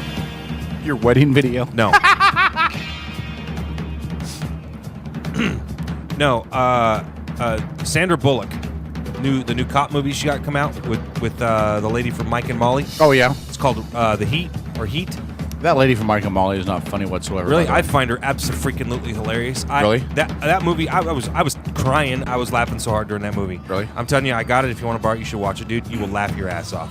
You know, I can't watch Mike and Molly because she's not that character. A half hour of fat jokes every show just is not. Dude, not hilarious. She runs down a black man who was smoking a blunt right in front of her. And she falls over this fence with him, and they both get hurt. And as she's chasing him down, they run past a fruit cart. Actually, they hobble past a fruit cart, where she then grabs a watermelon and hits the black man in the back of the head with a watermelon. And as she's handcuffing him, he's like, "Damn, woman, what did you hit me with?" She's like, I hit you with a watermelon. Oh, that ain't right. She's like, shut up or I'll make you eat it too. I'm just telling you, it is funny. It is so damn funny. I comment from the chat room about the conversation we're having. Dina Cole said, if you are a teenage kid that can't afford a child, then give that child away to a family who would like one that has not been able to have a child. It equals a chance for the child to not have to deal with it, or a great opportunity for life of the unborn child. Absolutely. She's and hint, I said child instead of teenager because they are a child. That's no, they're right. not. Listen, if you're a teenager, don't you're not argue a child. with over that, Kevin. No. That's semantics. Well, do you know why? I get offended with that? Because you ever notice that the state makes people feel bad for teenagers? Oh, 15-year-old child, 15 until they kill somebody, and then it's try them as an adult. Yeah. It's so completely backward. There's an argument to be made there. I understand. It's really backwards on when they're a child and when they're going to be electrocuted. Okay. I know. In the ideal world, yeah, you'd give up the kid for adoption. We don't live in rainbows and unicorn land. That's just not going to happen. I would agree with you in the sense that you say fine. We really need to push the idea of enforcing a value structure in our children that says abortion is bad. Abortion is a last case scenario. Abortion is like, and that's part of the reason, believe it or not, why I do not advocate getting rid of it. Abortion is like self-defense with a handgun, right? There are, in my opinion, rare exceptions when it is going to be the best thing all the way around. Danger Zone, you're wrong. Danger Zone says both parents have to agree to that. Not many young parents would agree on something like that. No, they don't. Well, wait, no, I think you need to ask Danger Zone to be more specific. I think he's talking that both parents would have to agree to put the kid up for adoption. I don't think the father has to agree to that if he's not named. I don't know enough about that law stuff. Both parents have parental rights, so they would require 2 signatures. But I think if the mom says she doesn't know who the father is, I don't. Right. Yeah, if she doesn't give up the name. But okay, it's similar to what happened with the case with the Native American child down south. Well, so as with the same thing that Kevin's had going on, he's fighting for rights to see his child. Right. So if you have a mother, hi Jesse, hope you're listening. If you have a mother and a father, all he has to do, if the father wanted to say, hey, no, I don't want the child to go for adoption. Now that mother's liable for that child as well too. But if she tells them on the birth certificate, I don't know who the father is. You've got X amount of days, like right after the birth. Yeah, but that's total horse crap, though. Yeah, okay, it's a messed up system. It's a completely screwed, flawed system, and here's why. But it's a messed I meet up a girl system, at a club. That's the way it is. I meet a girl at a club.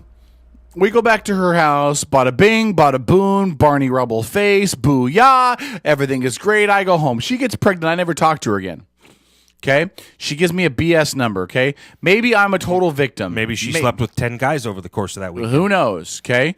I never hear from her again. I got her number. Maybe I try to call her again. It's a bad number. I assume she just wanted a one-night stand. That's it. Okay? She finds out she's pregnant. She doesn't believe in abortion. She wants to give the kid up for adoption. She can honestly be honest. I don't even know how to get a hold of the guy. I met him in a bar. I don't know where he's at. Yeah, but I mean, but now what if you're talking about a couple that's together? She can still lie. The scenario plays out. Hold on. She could say, I don't know. She could be with him. You and Sarah could get pregnant. But no, okay. Decide she doesn't want the kid. She could lie. I don't want. I don't know who the dad is. You're at the hospital. Yeah. If they're both at the hospital together, where else she's giving birth? That's the first thing they ask. Oh well, yeah. But in that situation, yeah. I'm just saying, there's not a catch-all for that. There's not a. You're not always gonna have a situation where both parents agree on adoption, and then one parent's gonna be stuck paying the bill. Well, we've talked about it on this show before. It's the exact same thing with abortion. Again, you have sex with a woman. She doesn't want the baby. You want the baby. It's in her body. She has all the rights. She can have an abortion. And you have no right as a father to say anything about your baby, about your child. Right, well, we're going round and round with the same argument over and over. Or vice versa. She has the baby. You don't want to have the baby. She wants it. You're stuck paying for 18 years. We got that. Yep. I know. I'm just legal documents, man. Yeah. It isn't. It's a convoluted, complex legal structure that is involved with that. It's really simple, actually. Men have no rights. Yeah, you have a topic. Go That's ahead. not true. I'm just but- being a smart aleck. No, actually, that is. I mean, until that child's born, you don't. Men have no rights. Well, until the child's again, that's born. not entirely true, but it might as well be true. Is that a better way for me to put it? Might as well be well, true. it is true. Do you want to know the most inane part of this argument? The idea that you think the Republicans have a war on women? I know. I said earlier, I don't believe they do. But if I was a woman looking back at That's what this, you put on the listen, post- pre-show board up there. on the pre-show board, Republicans war on women. I didn't get into the whole explanation. I don't believe that there are Republicans out there that are intentionally targeting women in a war. The same way, I don't believe that Republicans are intentionally targeting blacks or Hispanics. But if I was a woman or a black or a Hispanic, and I was sitting back observing the decisions that are made or some of the things that are said or some of the things that get leaked, it would be easy for me to jump to the conclusion, boy, they really don't want me to vote for them. They really don't like me. Mm-hmm. I don't think that any political party is intentionally going to say, screw that demographic. It would be suicide. You would think that until I play you my clip where I'm talking about hatred in the media, but go ahead. Fair enough. No, here's what's really inane. Yeah, This is insane to me. And you're the pre-law guy. You've taken some law classes. You're going to be you want to be a lawyer. That's your passion. If Caleb and Sarah got pregnant, together, yeah, she's pregnant. She could legally have an abortion without Caleb's consent. Correct. And there's nothing he could say about it. Correct. If she chose to keep the baby, and Caleb did something, Caleb assaulted her, and caused the baby to be killed as a part of the assault, he'd be charged with murder. Correct. That makes no sense to me. Is the baby a life or is the baby not a life? Is the baby protected under the confines of the law as a life, or is it not? Because it's just a dichotomy to me. I'm not saying one way is right or one way is wrong, but they spit in the face of each other. That's right. No, So- I completely agree. Yeah. So anyway, Completely that just makes absolutely no sense to me. So go ahead. So earlier, I find this topic fascinating because I enjoy listening to the back and forth between people about Fox News this, Fox News lies, blah, blah, blah, blah, blah. MSNBC, they're all a bunch of, Kool-Aid drinking, regime race baiting people, blah, blah, blah, blah, blah, right? And CNN, well, screw them, nobody watches them anyway. So I find the dichotomy very fascinating. And because it influences and it impacts a lot of people. Sure. The people that are on MSNBC have given up completely the idea of being anything remotely resembling a news organization. They've now simply become pundits and op-ed blogs and stuff like that. Literally, you can turn on any show on MSNBC. And you will not find now. People will say Fox News, they're all Republican. No, now do they lean right? Yes, they do. But when you turn on Fox News, every single show, when they are going to bring on a Republican or they're going to bring on a Democrat, they will always have somebody of the opposing view on. Right. Big difference between a entire network that attempts to say, "Hey, we're fair, we're balanced, we report, you decide," versus MSNBC lean left, move forward, okay? Really, really diametrically opposed, and if you don't understand what I'm saying, you're too stupid to get what I'm about to point out to you. And I'm not trying to make fun of our stupid listeners. Okay, yes, I am. I'm making the point here that it is not... These people that go out there and go, Fox lies, well, then you're too stupid to understand that so does MSNBC. They are news outlets that are profit-driven. They all lie. Okay, that's my point on that issue. Right. Now, when we were talking with Stephen Gardner earlier, and I made the comment about how we are so politically divided because of the literal hatred, the vehement oil coming out of the skin of these douchebag, non-leg shaven, Birkenstock wearing now people. see, that's not necessary. Really, it's pretty What does descriptive. it matter? I thought. What does it matter if they shave their legs or not? Go ahead. You're because they're playing not into the hygienic. stereotype of lesbians, but go ahead. You said nothing about lesbians. You're non-shave, shave. I was talking about go ahead. hippies. All right, go ahead. And there are some good-looking hippies, but I'm just talking Yes, about there are. hippies because hippies tend to be very leftist. Okay. Okay. So I'm gonna, Caleb, if you could make this computer hot, I'm gonna play a 2.5-minute sound clip here that just. I don't know if he heard you. And I hear this stuff routinely. I follow what happens on the news stations all the time. And so I hear what they say at Fox. I hear what they say at MSNBC. Now I will say this for Fox. They do have one host on there that I think is too far to the right, and they should probably just let him stick to his radio show, and that's Sean Hannity. I understand and agree with a lot of things he says, but he doesn't hide. He doesn't even pretend to try to understand the other side's point of view. I don't like that. I don't think that kind of person should be doing a news network, okay? Versus everybody at MSNBC that makes Sean Hannity look like a moderate. Okay. Now, having said that, now do you know who Martin Bashir is on MSNBC? Yeah. Okay. Martin Bashir is, and here's what's really funny, because the bit that you're about to hear from Martin Bashir is where he goes off on this rant about Sarah Palin. Now, understand something about Martin Bashir. Mm-hmm. He's a Pakistani who was raised in England, who has come to the United States to discuss American politics and believes that he, of all people, has the right to basically tell us how fucked up we are. You should send that to Caleb Okay. and let him play the video instead of you just playing the audio. There's no video really to play here. Oh, it's just him going on talking? a rant. Okay. Yeah. He's never got a video to play with it. Well, because you have... You're terrible at this. He's all, I got his audio. He needs to play, but there's never a video to go with it. It's only audio. Okay, little brother. Hold on. Can you give me something better to work with here besides just audio? I mean, come on. Look, the viewers at home want something that's got substance. They want some video. They want some action. They're sitting at home going, "What is he doing to us? What is with this audio?" I'm just kidding. No, do you want the video? I will send you the video. Play the damn audio. But you will say, you know what he'll say if I send him the audio? I don't have time to convert this. He doesn't have to convert it anymore. He can just play it and drag it now. You can just drop and play? I don't know. I don't know what it is.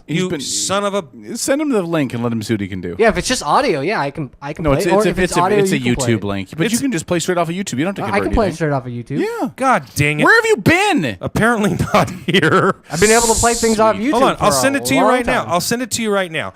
And Okay. then we will You send it to me. It'll take me 30 seconds to get it ready. And all right, hold on. Are you on Facebook? Yes, Can I send this am. to you? Okay, I'm sending it to you right now. You kind gentleman. Are you sure you're off your meds? No, I'm still on my meds. Okay, that makes sense then. He's on different meds. He's being too nice. He's on different meds. Being too nice. It's just taking a I've while never for been this to get called caught too up. nice before. Yeah, and I'm being totally facetious right Huh. now, brother. Where's this link? Come on, it's man. Still, there we go. Did it? And then my page just went blank. I hope you got that. Did you get that on your Facebook page? It says it went through. Yeah. Okay. But what? Wait. What? Okay. What do you want off of here? It's the video. Which video? You scroll. There's only one video. Just scroll down. No, there's more than one video. Oh wait, no, hold on. What the heck is that? No, that is not what I sent you. What did he just listen? For those of you going, what This did he is talk out about? the window. No, man. they didn't see. Nobody saw that. There's the video. Now he's going through it. Well, anyway, so you guys didn't have to see this. We have a screen in here, so we can see everything that the strip is doing in the That's control right. room. That's outstanding. And all of a sudden, this page comes up, and I'm like, "Weird, crazy woman from the wilderness." I'm like, "What? What?" Yeah. Where- All right. You got that Martin Bashir clip ready to go? All right. So this is Martin Bashir from Hold on. MSNBC. Okay, there you go. And he's talking about Sarah Palin. You're one of your favorite people. He is going off on Sarah Palin. And now, mind you, the clip he's about to go off on Sarah Palin for, all she is doing in the clip he's upset with her over, she's quoting the African-American brain surgeon that gave the speech in front of Obama that pissed the president off. Do you remember that guy? No. Yeah, you don't remember that guy? No. I can't remember his name off the top of my head. I'll tell it. Okay. I'll tell All right. it. I'll tell it to you here. It's it was let's see. When Miss Palin invokes slavery, she doesn't. Oh, okay, hold on. Hold on. Let me find this. Oh, I'm gonna have to go into the comments. Don't worry about it. Just play the clip. Go ahead and play the clip. Oh, okay. We're ready to play. Yeah, ready go to ahead and play play the clip. on the Outlaw Radio Network. Martin Bashir, MSNBC. From MSNBC. MSNBC. It's time now to clear the air. And we end this week in the way it began, with America's resident dunce, Sarah Palin, scraping the barrel of her long-deceased mind and using her all-time favourite analogy in an attempt to sound intelligent about the national debt. Our free stuff today is being paid for by taking money from our children and borrowing from China. When that note comes due, and this isn't racist, so yeah, try it anyway. This isn't racist, but it's going to be like slavery when that note is due. It'll be like slavery.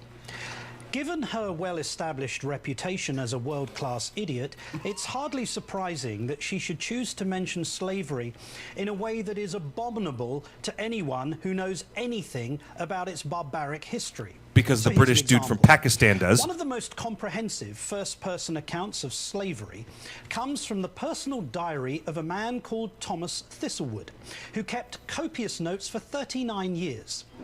Thistlewood was the son of a tenant farmer who arrived on the island of Jamaica in April 1750 and assumed the position of overseer at a major plantation.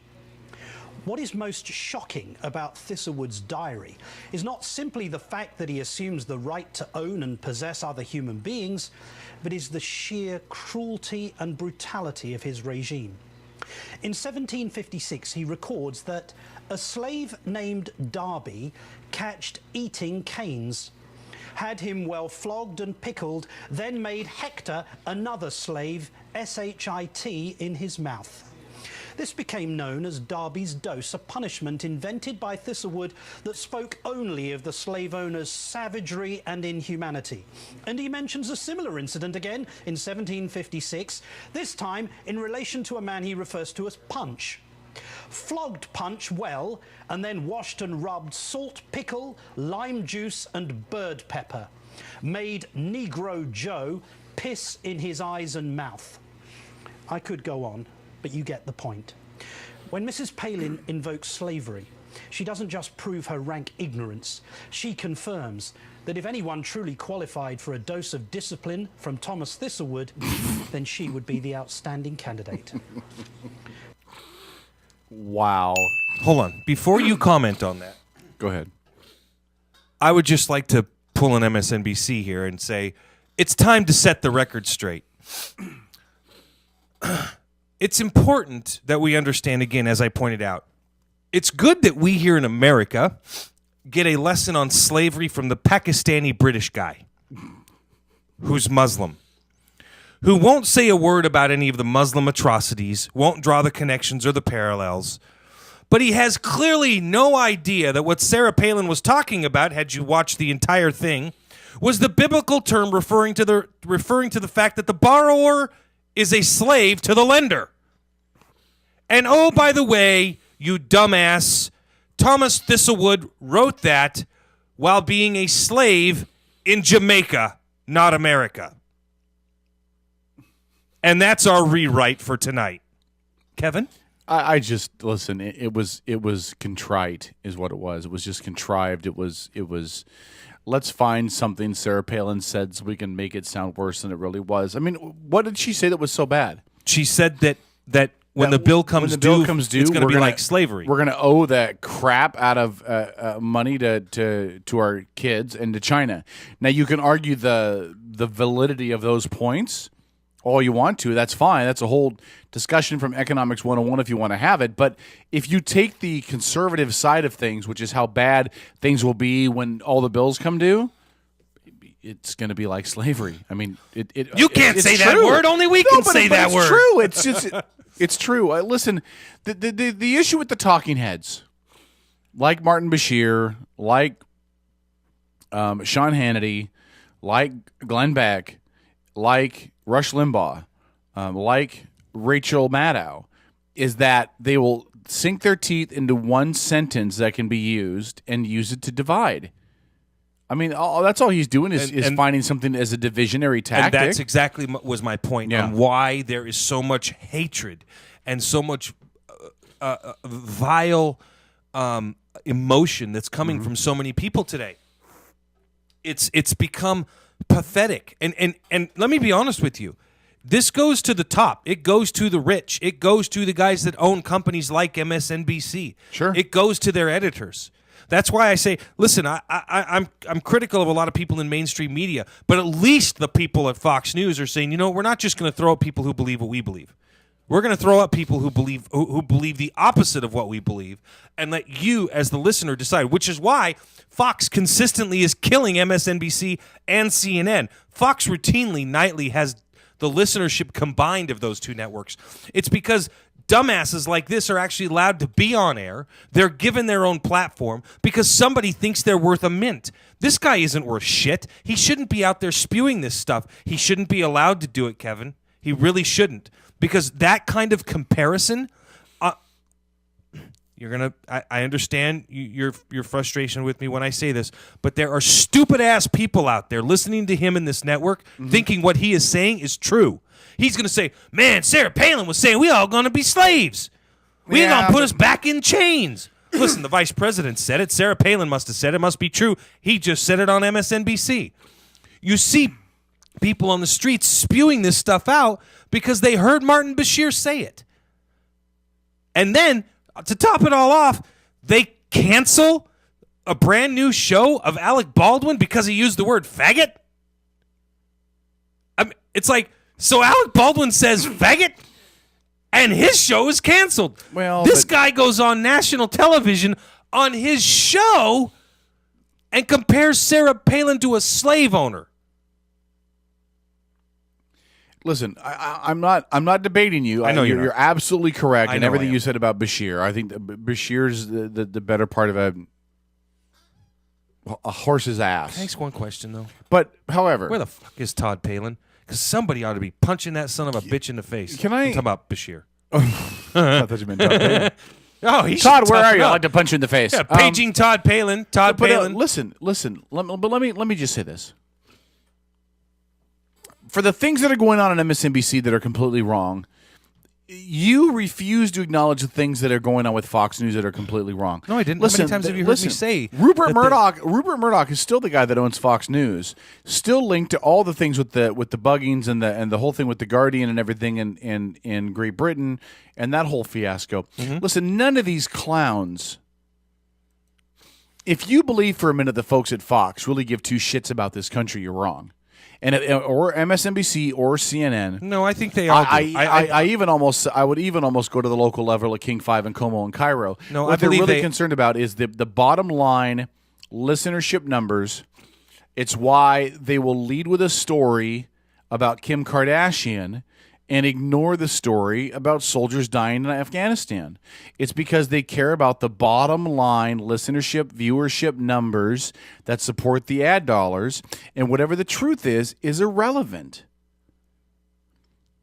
All of these networks spent way too much time talking about A.J. Simpson and no time talking about soldier from Wenatchee who gets blown up from an IED in Kashmir province. On one side, I do disagree with you, though. Listen, yes, I think even Martin Bashir cares about this country. I just think that whether by choice or he's being pushed into it, he's making the decision to go on air and be divisive. That's all it is for them. That's all it is for them at that network. They are so obsessed with ripping apart anything conservative or Republican that they don't even report news anymore. Yeah. So it's Can I read you something funny? Yeah. Hilariously, this is off of Wikipedia, so I don't know how true it is, but Sure.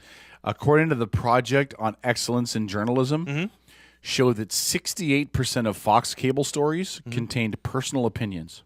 That's probably very true. As compared to MSNBC, which only had 27%. That's probably complete bullshit. That's I read that.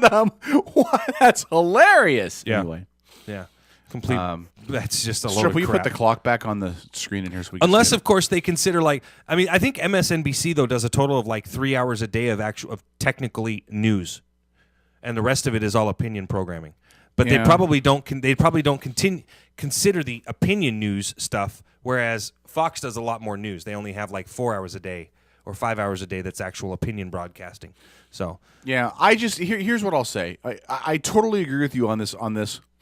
I don't believe I think that part of the reason why you're so, excuse me, pissed off with MSNBC is because they spin in the face of what you believe. You know, I think it's harder for you to tell when Fox News does it, because a lot of things that they're spouting are things that you personally believe. So some of it will fly under your radar just because you hear it and it doesn't ring any alarm bells because you believe it. Because personally, your political beliefs are built into that. I don't think that there's any difference between the two of them.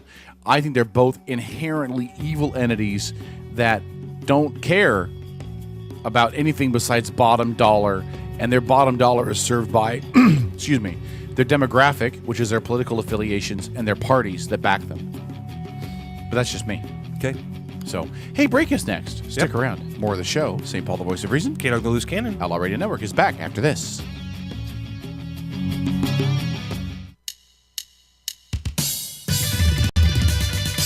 Get outlawed. News in Washington, I'm Jim Hawk. Dozens of tornadoes and intense thunderstorms swept across the Midwest Sunday, leaving at least 5 people dead and unleashing powerful winds that flattened entire neighborhoods, flipped over cars, and uprooted trees. Indiana Governor Mike Pence says there is extensive damage throughout the state. 21 counties either reported a tornado touchdown or have damage. Besides Indiana, the string of tornadoes hit Illinois hard. Patty Thompson is spokeswoman for the Illinois Emergency Management Agency. Severe damage in the central part of the state around the Peoria area with Washington and the Pekin area. We also have some over on the eastern part of the state in Champaign County. And then we obviously have had damage down in the southern part of the state, too, where we've seen a couple of those fatalities. The storm also slammed through parts of Wisconsin, Michigan, Ohio, and Kentucky before making its way into Pennsylvania and New York State.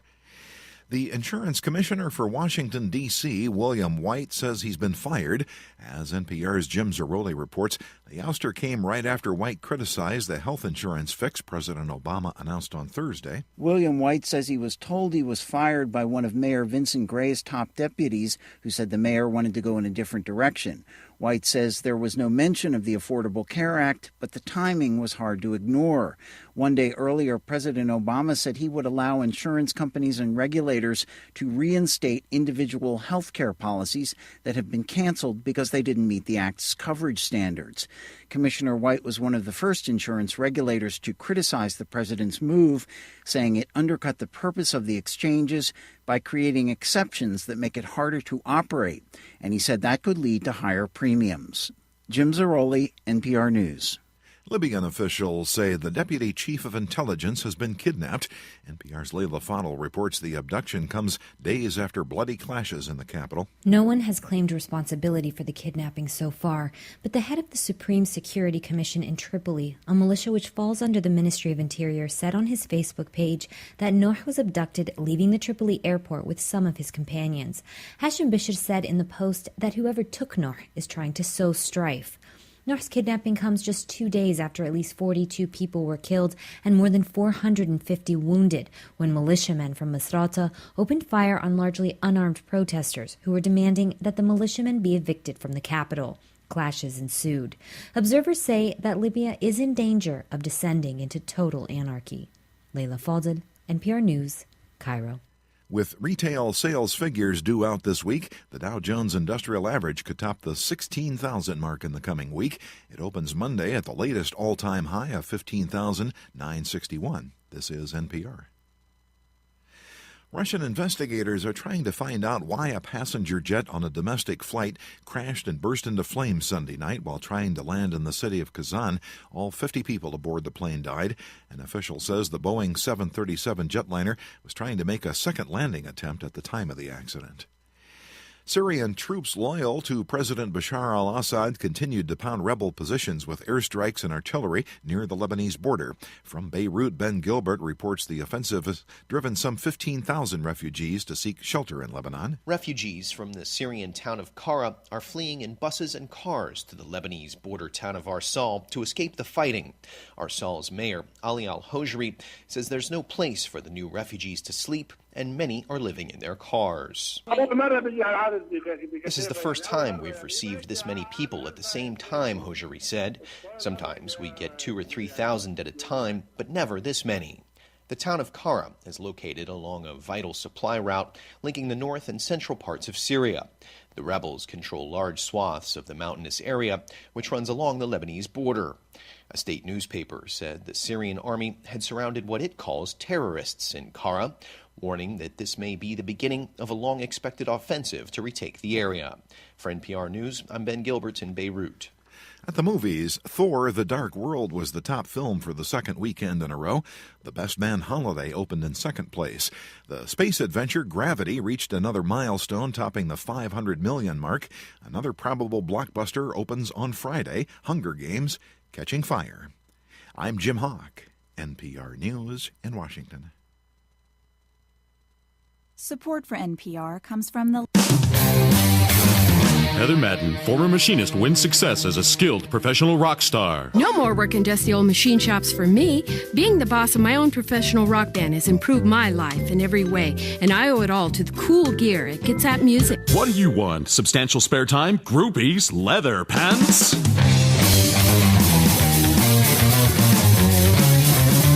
Use only certified cool products from Kitsap Music. Hey, St. Paul, the voice of reason here. Wanted to send a quick shout out to our friends at Pacific Northwest Artisans. They're a custom concrete and design fabrication company. They can do all of your concrete needs. They can do pathways, walkways, driveways, you name it. You need a new foundation, you're going to do an add-on, give them a call, 731-9812 or 649-0987. Again, that's 731-9812 or 649-0987. Pacific Northwest Artisans, all of your concrete needs. As Kitsap County's largest maintenance provider, Team Innovative in Paulsbo provides commercial and residential maintenance to hundreds of millions of dollars of local real estate. With services including parking lot maintenance and street cleaning to landscape and design, Team Innovative is committed to using a green approach and following the strong environmental conscience. Team Innovative Services, 697-6858, or visit them online at getinnovative.net. Team Innovative Services, get serious, get innovative. Make a difference in your community and volunteer at Kitsap Humane Society. We have opportunities for everyone and need help in all areas of the shelter. You can clean, feed, and help socialize animals, or answer phones, greet customers, and help run special events and fundraisers. KHS volunteers also lead programs including our foster program, canine training, and animal-assisted therapy. If you are interested in volunteering at Kitsap Humane Society, visit our website at kitsap-humane.org. I'm Elaine Terso with Elaine Terso Photography. I've partnered with Ish Vintage Clothing, the Oxford Suites, and Parties by a Perfect Place to create our unique boudoir, glam, and pinup parties, which is perfect for a girls' night out or bachelorette parties. You choose your theme, get your hair and makeup done, play dress up for the evening, and then receive an accordion booklet of your photos, plus an 8x10 of your favorite photo. For parties for 7 or more, the hostess is free. For more information about our unique parties, visit my website, ElaineTersophotography.com.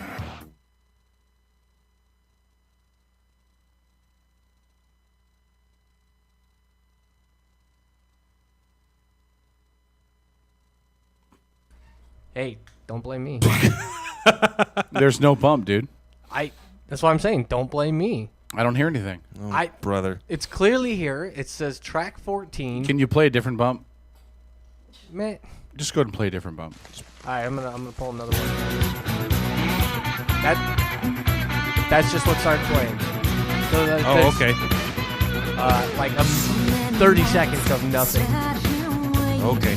You know what I think happened? I think when I sent a lot of this stuff over to him, some of the stuff that was just in different music files got sent over, and he thinks that it was supposed to be for bumps, and it really wasn't. And but we'll clear that up because I've got a computer now that's working, and I'll get bumps properly labeled for you. Okay, little brother? Hey, don't look at me. All right, I'm just saying. Yeah. All right, Outlaw Radio Network. He is St. Paul. And happy birthday out to Todd Best tonight, 41 years old. Yeah, I can't believe he's younger than I am. Yeah, right? It's pretty impressive. Right, I know. So, it's, what time is it? That clock is wrong. That clock hasn't been set back yet. It's 9 minutes after 9:09. the hour. So we got football picks coming up in about a half an hour. We do. By the way, and so some of these stories that I have to report here, kind of funny, kind of humorous. Sure. Let me pull this first one up. I hear music in my headphones. Yeah, you can. I'm going through these tracks. I don't. Okay. Oh, so the listeners gotcha. can't hear it. Yeah. Okay, that's fine. I just wanted to, This is Outlaw. This song right here. Yeah, but listeners can't hear it. I know. Yeah, the I'm telling Strip so he can label it properly. Bloomfield man buys a house next to his ex-wife for one purpose: to erect a giant middle finger statue. Nothing quite communicates the wrath of a scorned lover like the middle finger, but on Bloomfield Hills, this middle finger is loud and proud in the form of a near 12-foot-high statue one man erected next door to his ex-wife. Alan Markovitz recently moved into the home where the statue was erected, which happens to be next to the home where his ex-wife now lives with her new lover, whom she reportedly had an affair with while being married to Markovitz. Markovitz tells Fox 2's Randy Wimbley his plan was to get even the ex-wife's new lover, and never meant for the matter to be made public. However, it soon grabbed local attention when the ex-wife... Hold on. How did he not mean for it to get public? Well, who cares? It soon grabbed local attention when the ex-wife's daughter posted a picture of the statue on Twitter. The installation of the statue also included a spotlight to keep the message illuminated at all hours of the day. Markovitz owns 3 strip clubs in Detroit, and he recently wrote a book about his entrepreneurship, which is reportedly being turned into a TV reality series on Cinemax. Wow, that is outstanding. That's a guy that I should model some ideas after. Is that not funny? That's great. Dude, where's that at? Ohio, I think, or something. Really? Like and that nobody has an issue with zoning or anything like that? I don't know. It's just too goddamn funny to not laugh about that one. Next, really cool, funny story. What, Des? What? You're pointing at your computer screen. What? I think she wants us to look at something on the computer screen. Is that? What, Des? What? She would like you to send her the links. The links to what? To what's your reading? The story. Jesus God! Listen, the advantage of having her in there and not in here. All I'm is getting that is hand and arm signals, and I don't know what they mean. It's like walking in combat next to some dude who didn't read the manual, Okay, so usually and he's doing when I this. wave my hand, I point down. Usually, you know I'm talking about. Look at your Facebook messages. I'm not on Facebook. I'm reading I know a story. You're not. That's why I was pointing at it and telling you to go onto Facebook. No, that's not what you were telling me. You were pointing and doing some. Aliens are here. Aliens are here. They're outside. Their spaceship is flying over. I don't know what you're saying when you're doing this. I'm waiting for you to be a little monkey and throw your feces at the wall. Down huh? The computer. Okay. All right. Gotcha. There you go. All right. Next story. Next story. This one's kind of funny. I will. So long. Before I read this, I'd better send it off to her so she doesn't get all kinds of mystified. As soon as I. Hold on, I gotta mystified. Well, it's so these computers are so slow. It's hard for me because I can't read the story. Now I gotta wait for a few seconds, and maybe it'll pop up. Now the page is That's why I asked changing. you to send me links beforehand. That way they can already be up so that people can read them. She's putting you in your place. You just write whatever we talk about on Twitter and Facebook, okay? Know your role and shut your mouth. Or Kevin. We know who's getting sued now. Really? Turning my mic off again? Okay. Hold on. Go ahead. Okay, I'm sending. Oh, no, I got to do this. I got to send Des the link. Then I can read the story. Yes. Okay. So, Scientology, right? The religion. You're familiar with Scientology and all of its incredibly weird stuff? Famous If you had members. to pick between your religion and Katie Holmes, what would you pick? All right, go ahead. Read your story. I'd probably pick Katie Holmes. I just had to ask. Go ahead. A new 377,000 square foot Scientology building has an entire floor where members can get, guess what? Versions? Superpowers. Are you serious?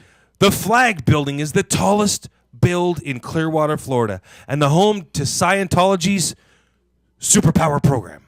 Really? The Superpower program was designed by the religion's founder, L. Ron Hubbard in the 1970s. Really? The church broke ground on the building in 1998, but stopped construction. I think they meant stopped construction. Yeah. For several years. After 15 years of construction, the $145 million building opens this weekend with an estimated 10,000 members in town for the ribbon cutting. That's a hell of a religion where the people show up just for a building to be open. Well, you know, it's a big deal. 10,000 Scientologists are expected to descend on Clearwater, Florida this weekend for the grand opening of a cathedral, which has been under construction for 15 years. The $145 million flag building is a massive 7-story, 377,000 square foot complex and the tallest building in Clearwater, which is the spiritual headquarters of the 59-year-old religion. The opening of the building on Sunday will mark the first time Scientologists have had a space to receive superpower training, a program developed by L. Ron Hubbard in the 70s. Blah, blah, blah. They keep saying the group broke ground. Blah, blah, blah. What are these superpowers? That's what I'm trying to figure out. What the hell are they? Let's see what they say here.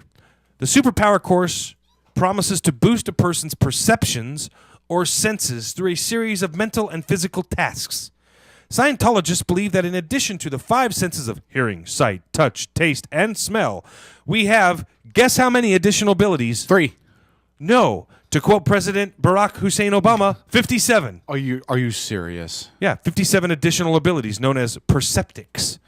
Okay. These include an ability to sense blood circulation, balance, compass direction, temperature, gravity, as well as an awareness of importance and unimportance.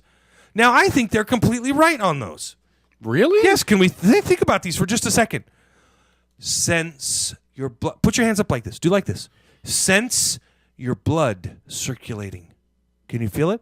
Can you feel it? No. You know your blood's circulating, right? Or I know it is. Dead. I can't sense it. You know it, I but can't you know feel it. You know it is. That's a sense. Or you'd be dead right now because your blood. I know it wouldn't be is pumping because and circulating. scientifically I know that it is. Yes. If I didn't know that I had blood circulating, Can you stand up? Yeah. Without falling over? Yeah. You now have the sense of balance. Amazing, isn't it? You're developing your own superpowers right here in front of our green screen. Then that's why this is the Church of the Outlaw Radio Network. These also include the ability of compass direction. Wait, I have a compass on my smartphone. Okay. Yep, that way's north. All right, see? That's easy. It's easy. You can do it too, Kevin. Okay. It just takes a little bit of hard does work. Does that mean I'm like Tom Cruise just without the hot ex-wife? Pretty much. And we get to now. Okay, now this is a really important one, Kevin. Kevin, this is seriously important. Yes. You need to be honest with me and tell me. I think you already have this ability. We were talking about it earlier during the last What's break. that? You can develop your own superpower, and you can sense temperature. Okay. Yes, temperature. Yeah. Can you sense temperature? Yeah, I can tell when it's cold. Goddamn superpower, Kevin. It's a damn superpower. That's outstanding. All right. Couple last ones here really quick. Gravity. I'm thinking, guys like you and me, we're fat. We sense gravity all goddamn day. Sorry, I didn't mean to take our own Hubbard's listen, name hold in vain. on. We can definitely sense gravity because we're not flying around. That's right. And it pulls on my tits all the time. I can feel it. Hey, now. What? Don't I'm a need to- rock star. don't need to hear about that. Oh. The last 3, which I find the most comical, sense or superpower of, guess what, Des? Des, this would be you right here. You've got this superpower. I know it. The superpower of sense of awareness. Stop it. What? Have you lost your damn mind? These are superpowers that you can get if you join the Church of Scientology. I am not making fun of their religion. I am quoting it. Did you join this church by any chance? Fuck no. These people are crazy. Hold on. Is there a Church of Scientology in Washington? There's one in Bremerton. No. Oh yes. Where? Right down by the shipyard. Wait a minute. I'm going to look at this. Hold on. Keep talking. You sure that's not the Masonic Temple? It's across the street from the Masonic Lodge, actually. Wait, in that old church building? It's a white building. I don't know what kind of building. That's an old church. Yeah. The last 2, and I think one of these specifically applies to men, and the other one specifically applies to women. Okay? Now, Des, this superpower, again, I am sure you already have it. And as a man, I would need to go into this special superpower room in order to develop it. And that is a sense of importance. She's laughing. Do you see why she's laughing? She's laughing. Wait, a sense of importance? Yes, it is one of the 57 senses that go right along with the 57 Sense states. of importance? Yes.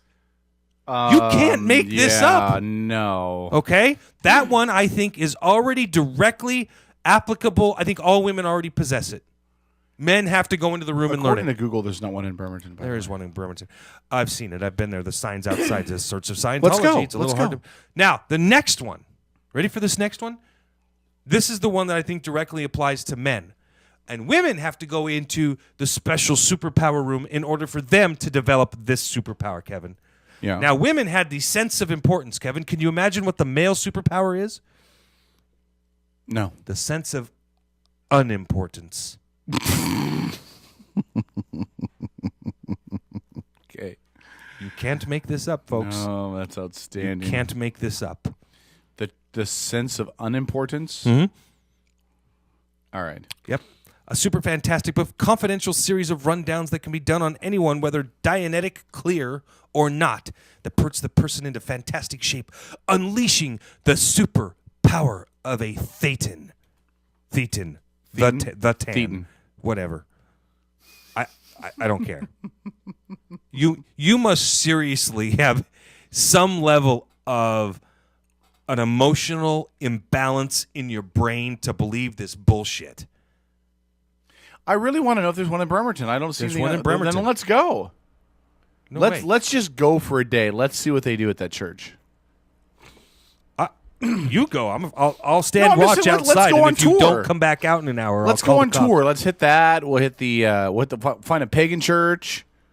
We'll go to a Mormon church. We'll just go on tour. I noticed you didn't say we'll find a Muslim We'll synagogue. find a mosque. Let's go to the synagogues are Jewish. Let's yeah, find a mosque. Yeah, let's go. I've been to a Mormon church. That's the most boring church ever. Catholics are pretty up. Catholic churches are not very exciting either. True. Nicolas Cage also believes in Scientology. Well, Nicolas Cage. As well hopefully, as they'll. John Hopefully, You mean the guy Tom that for his Cruise first 20 years of his career looked like this?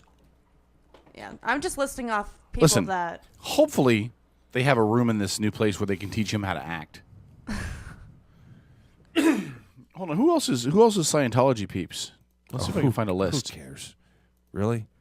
There's a lot of them, actually. A lot of famous people that are in the Church of Scientology. I know when Tom Cruise goes and he does a movie, he requires as part of his contract a tent to be set up for people that are on the set of these movies to like join this church and attend services for the Church of Scientology. Yeah. It's kind of ridiculous because if you think about it, these people just want to be involved with the movie and make good money and want to be involved with Tom Cruise, so they go to this stuff just to be involved.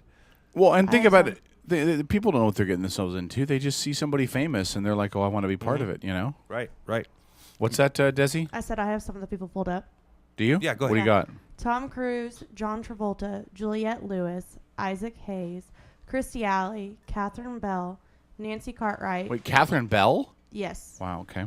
You mean Kristen Bell? Or no, it says Catherine Bell. Oh, I don't know who that is. Nancy Cartwright, Beck, Doug E. Fresh, Kelly Preston. Wait, Dougie Fresh, the rapper from the 80s and 90s.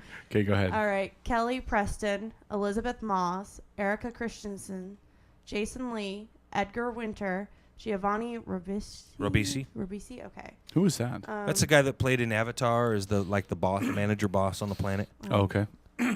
Jenna Elfman. No! Jenna Elfman. Damn! Jenna Elfman. What was she on? She was Oh, she was a what was that movie? What was that TV series she was in a on? bunch of stuff. But Okay, go ahead. Annie Archer, Chick Corea, I don't know. Chick Corea. And Julia McGinnis. Or McGinnis. Jenna Elfman. What was that? The Darman Gregg. She was Darman. Yeah. Mhm. Yeah, that's what I was trying to remember that she was on. That's what a waste. Oh, wait. Do you know who Nancy Cartwright is? No. She's the voice of Bart Simpson. She's a member of the Church of Scientology. That poor girl is fugly. That is She funny has as always hell, been dude. one of the ugliest women on planet Earth. Yeah. That is Charles Manson that also doesn't is a even- Scientologist as well. Charles Manson is? Now that Yes. that does not surprise me. Well, that's another reason to ban it. American serial murderer Charles Manson has been an avid Scientologist since the mid-1950s. Wow. Well, there you go. Mid 1950s, huh? That's what it says. Alrighty then. Can we start our own church of the Outlaw? We already did. Well, I think we need to add some more rules to it. Do we? Hey, do we have the new promo ready to play?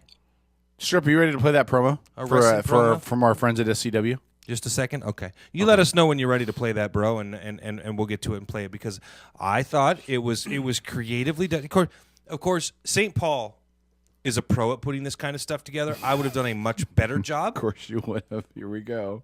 Now, for those of you who didn't listen to the show last week, K-Dog, the week before that, 2 weeks ago, basically threatened me and challenged me to a wrestling match. Of course I did.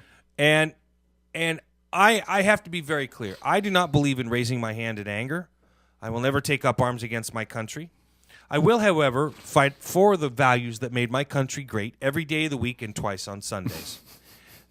and since K-Dog over here is a devout Kool-Aid drinking liberal Democrat, which I'm not, go ahead. He absolutely does not speak to the values that I believe made this country great. He's into Marxism, socialism, and everythingism. And he believes that we should fundamentally transform America. He believes pretty much everything that comes out of the White House, and as such, I've accepted his challenge. And I think that it's worth it for everybody that's out there to understand one very real thing here. If I kick his ass in the wrestling match, clearly that means that everything I believe is right and everything he believes is wrong. Really? Well, it so worked. Does that mean that since Barack Obama... it worked in the Salem witch trials. Does that mean that since Barack Obama won the last national election, that everything that he believes is right and everything you conservatives believe is wrong? No, because there wasn't a fist fight. Oh, Yeah. I see. We're going to be actually All right. physically fighting. We're going to be like doing that whole fight for justice thing. That's right. Because God makes sure whoever's in the right wins. Right? Isn't that how that goes? Yeah. Okay. I'm going to make sure Why that did you challenge me to a fight anyway? I'm going to make What sure are you I clothesline thinking? the crap out of you. What were you thinking? You really want to? You? What are you going to I'm do? just gonna make drop sure drop kick, toe hold me, or what? I make sure you I even know any wrestling moves? Clothesline from hell, man. Hey, we have You gonna old school me? We got the snake eyes. All right, we have the footage ready to go. Promo ready to play. All right, this is the Suquamish Championship Wrestling What's promo. with this music? Here, I haven't seen this. It was uploaded last night. I was working at the bar, so here we go on Outlaw Radio Network. That's awesome. What, freaking monsters now? But, well, you are.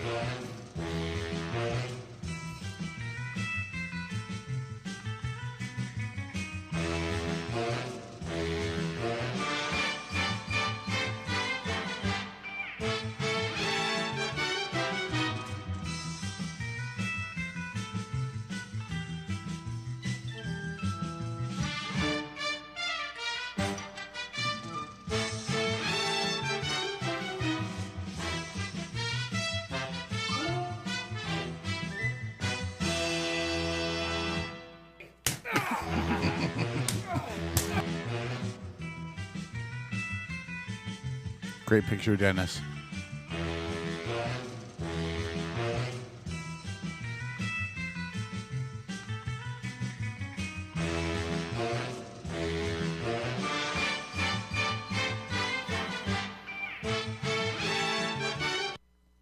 Okay, first of all, you're supposed to fade the music in and out. I'm just kidding. They did a great job putting great that all job. together. That's nice. You're going Can down. By the way, if they ever have a midget wrestling event, they're going to invite Trojo. Actually, I'm going to have to. You know what? You're a schmuck. I'm personally inviting Trojo to come stand in my corner and possibly take those chops on my behalf. Tro, you're down, right? See? He's a friend. Hey, really quickly, listen. In all honesty, I do want to say this. I'm going to switch gears in a very abrupt way, but we got the bottom of the hour break in a moment, so I'm going to say this really quick before we go to break. Okay. Tornadoes have literally clocked the Midwest. Illinois has been just completely slammed. There's a state of emergency in Kokomo, Indiana, which is I spent a little bit of time in Kokomo, Indiana when I was in the Navy station in the Midwest. There are story after story after story of how badly Illinois, Indiana, and that area of the country has been slammed. If you have the extra dime in your account to make a donation, go to the American Red Cross website, make a donation, do what you can to help people in need. Do not make donations to people who call you up out of the blue and ask you to give your credit card information over the phone, because you're probably going to be scammed based on your good intentions. But instead, go donate to the Red Cross. This is bad juju. If you get a chance to take a look at the photos or watch the news later tonight after the show's over, of course, it really is pretty heinous. It's Janice. It's Joplin. Janice Joplin. It's Joplin, Missouri all over again. Just maybe in a little bit wider swath. So do some research, and then if you feel like you can help, then make a donation through the Red Cross. The photos are horrible. And it's just continuing. The stuff I saw earlier today out of Illinois was just really bad. And now Kokomo got hit. And Did you see the football game, Soldier Field? I know that they had to evacuate. Yeah, they they didn't really evacuate. They got everybody down inside the complex, into the bowels of Soldier Field and into the concourses and under the concrete and stuff. And it turned out everybody was fine. But boy, these I'm not going to turn this into a discussion on global warming. But I will say that the last several years, the ferocity of some of these super tornadoes has been... And again, I've made the point very clear on this show time and time again. It's not that it's global warming, but the magnetic poles are moving, which is changing and shifting our weather patterns. And we are going to continue to see things that are more and more off-base stuff that we're not used to. We are literally going through a pole shift as we speak. Now, there's no telling if it will speed up or slow down or what it's going to do. But I just want you to think. We've seen the magnetic North Pole move about 20 miles in the last year alone. Now, imagine if next year it moves 100 miles. Imagine how different the weather patterns are going to be. That's my point. Yeah. So anyway, that's all I wanted to say. Just before we went to break, just if you can do something, do something. Most of all, say some prayers for the folks in Indiana, in Illinois, and anywhere else in that part of the country that's been impacted. And I think we're just getting underway for really tornado season, right? I mean, we still got some time left in this, so good luck, peeps. Good Stay luck. safe. So, all right, stick around. We'll switch gears. We'll get a little more fun. Football picks around the corner. Football! Are you ready for football? We're back after this. Stay tuned. Outlaw Radio Network. EdgeMediaSource.com.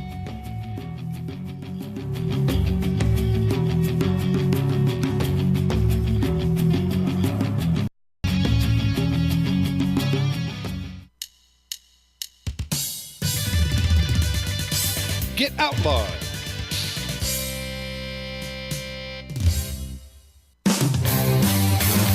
Heather Madden, former machinist, wins success as a skilled professional rock star. No more working dusty old machine shops for me. Being the boss of my own professional rock band has improved my life in every way, and I owe it all to the cool gear at Kitsap Music. What do you want? Substantial spare time? Groupies? Leather pants?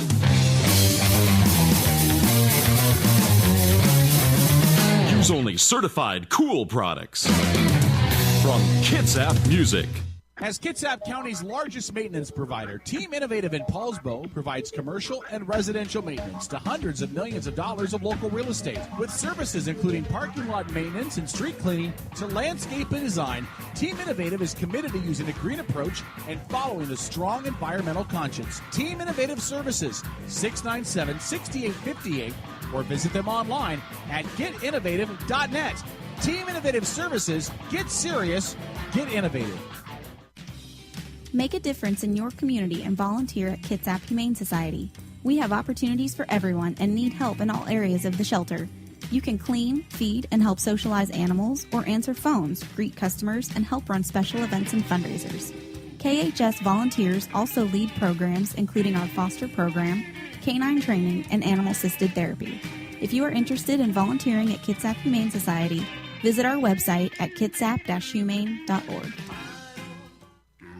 I'm Elaine Terso with Elaine Terso Photography. I've partnered with Ish Vintage Clothing, the Oxford Suites, and Parties by a Perfect Place to create our unique boudoir, glam, and pinup parties, which is perfect for a girls' night out or bachelorette parties. You choose your theme, get your hair and makeup done, play dress up for the evening, and then receive an accordion booklet of your photos, plus an 8x10 of your favorite photo.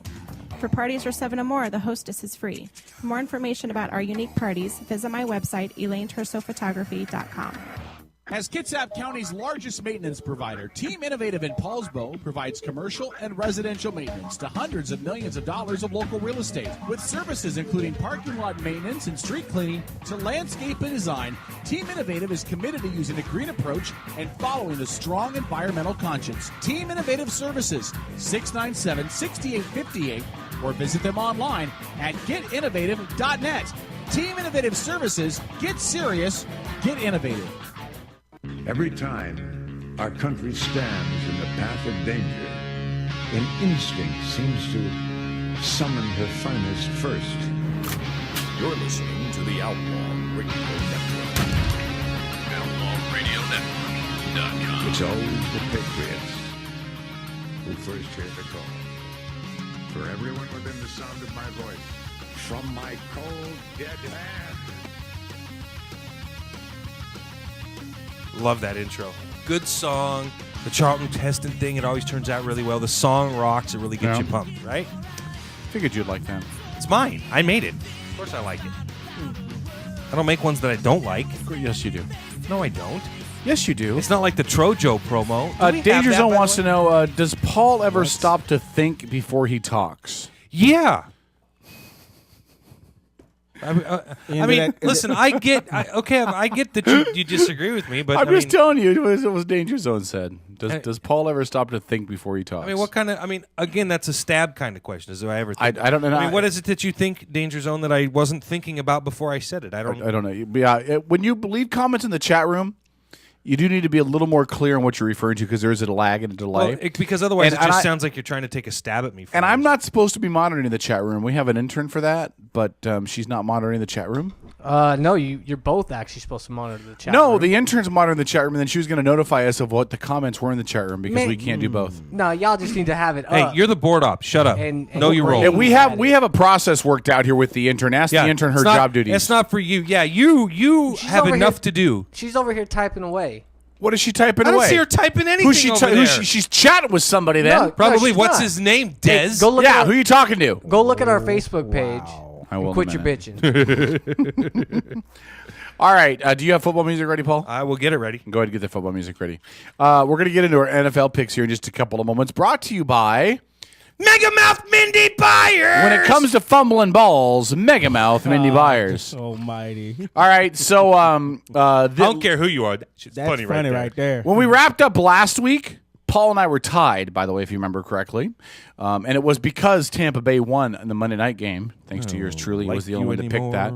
And as we come into after this week's games have all wrapped up, with the exception of tomorrow night's game with New England and Carolina, Paul and I are still tied. We finished with 10 games apiece correct this week, and it won't change after tomorrow night because we both picked New England to win. So even if they both lose, it's not going to matter. So that's where that stands.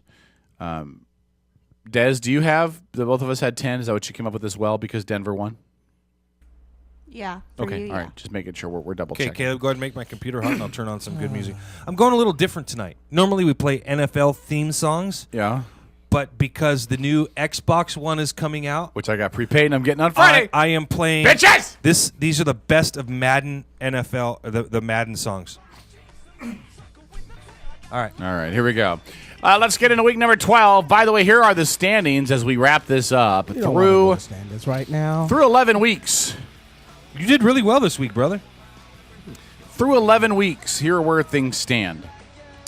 In first place is a tie. Paul and I each with 110 wins apiece, which means we're averaging 10 wins per week. Okay, that comes in important when we factor in Desi into the standings. Next is Trojo, who has 98 wins. He's averaging within just striking under distance. 9 wins per week. Totally within striking distance because when it comes to the playoffs, the games count for more. Playoffs?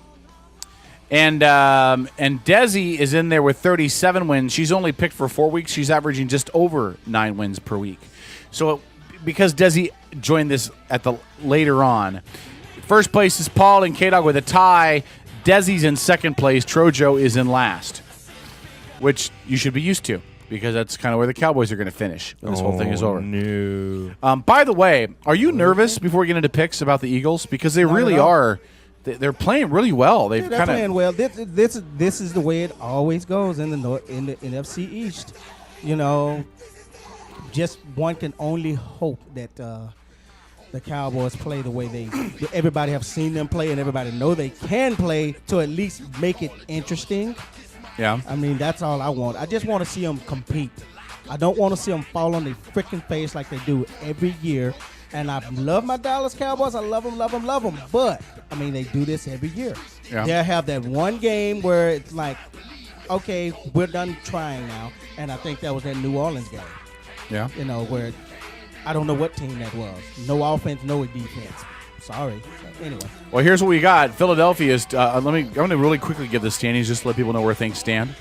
I won't spend a lot of time on it. Right now, Philadelphia is in the lead in the NFC East by half a game. They're 6-5 over Dallas, who's 5-5. Then Giants and Washington. NFC North, Detroit and Chicago tied at 6-4. Green Bay a game back at 5-5. Minnesota sucks ass. NFC South, it's all New Orleans. They got a game in it. Well, not really all New Orleans. They're 8-2. Carolina 6-3. Nobody else matters. NFC West, Seattle. Yeah, 3-game lead in the loss column over San Francisco and Arizona. Oh, I like that. Hallelujah, you played. I was expecting what's his name to come down to the ring after you keep playing that. Yeah, San Francisco, Arizona tied at 6-4. If the season ended today, San Fran wouldn't even make the playoffs. In the AFC, New England has a 3-game lead in the loss column over the Jets. Jets are 5-5, as is Miami. Both of them still have a shot at the playoffs. AFC North, only one team's over 500. That's Cincinnati. Everybody else is at least 2 games under 500. AFC South, Indianapolis, the only team over 500. They're 7-3. Everybody else is under 500. And in the AFC West, Denver, Kansas City, both tied at 9-1. Oakland and San Diego, both 4-6. That's interesting to me. That division you said the Indianapolis Colts are in. Who's the closest team to them? Tennessee, 4-6. What's listen to this. What's amazing to me is they keep talking about the debacle of the NFC East, the non-competing NFC East with the Cowboys. Well, they are non-competing compared to the Seahawks. But yeah, compared to the Seahawks. But I mean, okay, you got the division that the Colts are in. No one else has a 500. No, hold on. It's even worse than that. If you take Kansas City and Denver out, why you got to cut the black man off? Just let one of those teams. So Denver's in first place in the West because of the tiebreaker. Take Kansas City out. No second place team in their division has better than a 500 record in any division in the AFC. Wow. The Jets and Miami second place. They're both 500. In the AFC North, Pittsburgh, Cleveland, they're both 2 games under 500. And they're in second place. In the AFC South, Tennessee 2 games under. Nobody. What's amazing is it's the NFC East that looks like it's going to come down to who wants it the most. Yeah. So it's who's not the most hurt. By the way, just so that you're aware, if the playoffs did end today, here's how it would fall out. Your top 6 teams in order in the NFC: Seattle, New Orleans, Detroit, Dallas, Carolina, San Francisco. That would be your top 6. No, that's wrong. Well, that's what ESPN has. Yeah, they haven't updated. Because they haven't updated. Philadelphia just took the lead. Yeah, and Philadelphia has a 1-game lead. Oh, hold on. Well, yeah, but let me reread. Seattle, New Orleans, Detroit, Philadelphia, Carolina, San Francisco. Right. But it still says San Francisco would make the playoffs at the 6th spot, but Dallas would be out. NFL.com, but that's okay. Go on. And in the AFC, Denver, New England, Indianapolis, Cincinnati, Kansas City, and the Jets would make the playoffs, which gives hope for Paul Sexlife because he is the Jets. All right, so let's get into this. Here's your NFL picks for the week. We'll start off with the Thursday night game. It should have been a great game in the battle for the NFC South, but it's going to be a stinker. The New Orleans Saints will travel to Hotlanta to take on the Falcons, who lost in Tampa Bay. Yeah. Atlanta. Not just lost. Hosting New Orleans. I pick first. I'll have New Orleans because Drew Brees is my fantasy quarterback. Paul? New Orleans. Trojo? This is the week that Atlanta turns it around. No, they don't. I can't even hype this thing up. Tampa Bay. You mean New Orleans? Oh, yeah. Excuse me. You know all. Oh, my God. Dez? Saints. You got to turn your mic up, sweetheart. Said the Aints? I said Saints. Saints. Fair enough. Saints. Paul, you're picking first. Pittsburgh travels to Cleveland to take on the Browns. I think this is Pittsburgh, a huge win today against This is a tough Detroit. game to pick, actually. Two completely mediocre, shit-stained teams. I'm going to go with Pittsburgh because I hate them. Okay, Trojo? Pittsburgh. I was actually watching that game today. They're starting to turn it around a little bit. It's starting to look like the Pittsburgh of old, but okay. Pittsburgh is definitely better Dez? than Cleveland. I'll go with Pittsburgh, too. Yeah, I'm going with Cleveland. I think, as I've always said, when it's two teams that totally suck, you go with the home team. I got Cleveland. Trojo, Tampa Bay, who suddenly is hot, travels to Detroit to take on Megatron and the Detroit Lions. This is where they get cooled down on because in Detroit, after losing today, they got a little something to prove. So, Detroit, Dez? Lions. I'm going to go with Detroit as well. They better not lose that game. They're in too much of a dogfight for their division. Paul? Detroit versus who? Detroit hosting Tampa. Hosting Tampa? I'm going to go with Detroit at home. All right, fair enough. Here we go. All right, Dez, you're going to pick by the way, first. is in the playoffs right now if they begin today. Who would be? Detroit. Yes, it would be.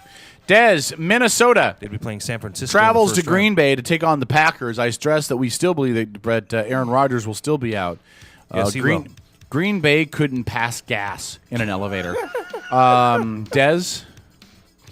I have confidence. I'll go with the Green Bay Packers still. Green Bay. All right, fair enough. Again, two shitty teams play. You pick the home team. I got Green Bay. Paul? Green Bay versus... Green Bay hosting Minnesota. Would this be considered? Yeah. In the Run Bowl. No, the shit stain game of the week is coming up. I'll tell you what it is. Nobody's passing in that game because the weather's going to suck in Green Bay. Yeah. And Adrian Peterson can run. Mm-hmm. Minnesota.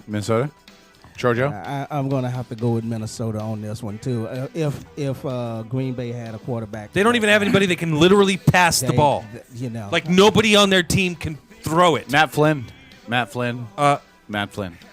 I know, it hurts to say it. If But Matt Flynn didn't play today, he's not playing tomorrow. All right, here we go. San Diego travels to Kansas City to take on the Chiefs.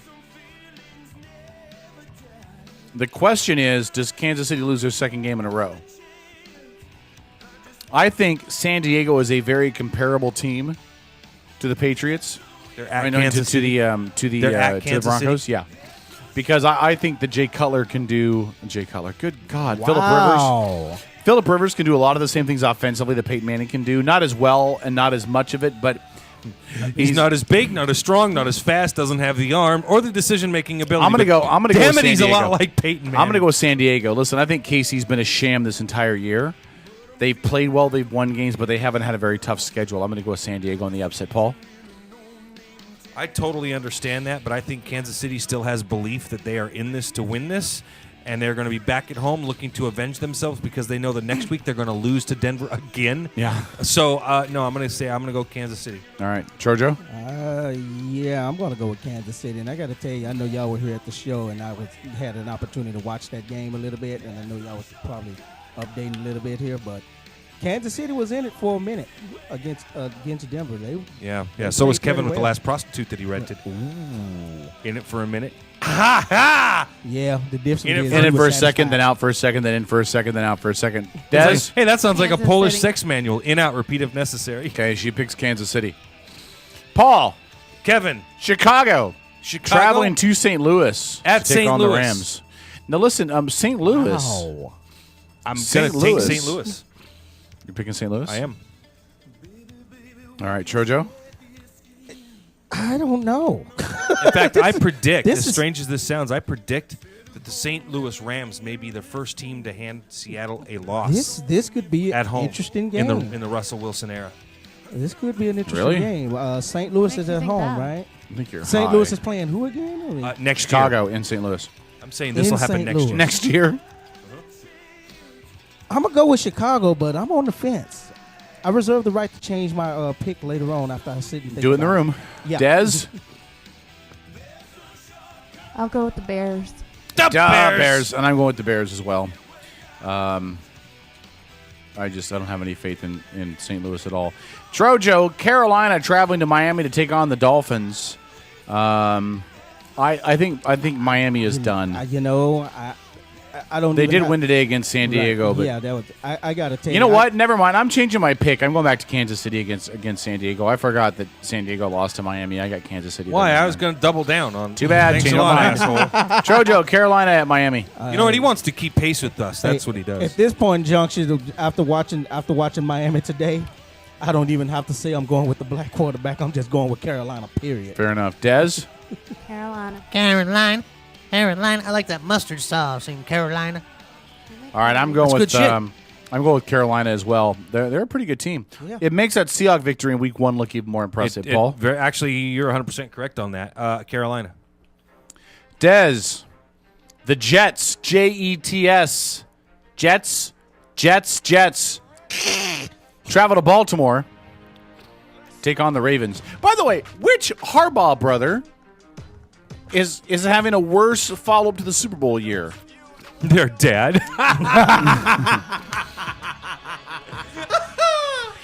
Dez. Jets at Baltimore. I'll go with Baltimore since it's there. Okay. Again, two shitty teams. Go with the home team, Baltimore. Paul. Baltimore. Tro. I got to try to make up some points. So I am going to go with the. The hell with that Baltimore. Well, that'll make up some points. Yeah, All right. No. So is everybody Baltimore? Yep. Yeah, unfortunately. All right, now it's time for the shit stain game of the week. Brought to you by Mega Mouth Mini Buyers. If anybody knows about fumbling balls and shit stains, it's Mini Buyers. I said stains of shit and okay, never mind. The Jacksonville Jaguars travel to Houston to take on the Houston Texans. Jacksonville has 1 win. Houston has 2. Who would have thought when these two teams met up to play each other, it could be for the number 1 pick in the draft? Because if Jacksonville wins, then theoretically they would have the tiebreaker advantage. Tiebreaker. Mm-hmm. So I'm gonna pick Jacksonville to win this game because nothing could go right in Jacksonville, including getting the number 1 pick. Paul.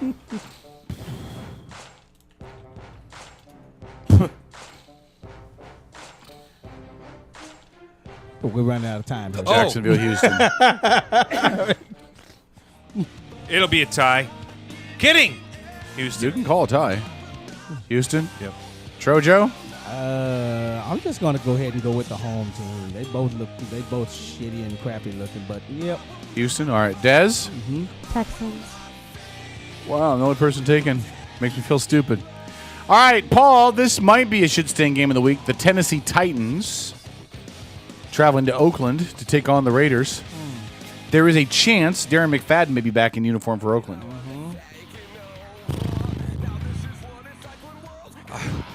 How do you pick these teams that are just... It's like there's just this whole level of suckiness this year in the NFL. There's like a few good teams. A few. Like 4. There's like 6 or 7 middle-of-the-road teams.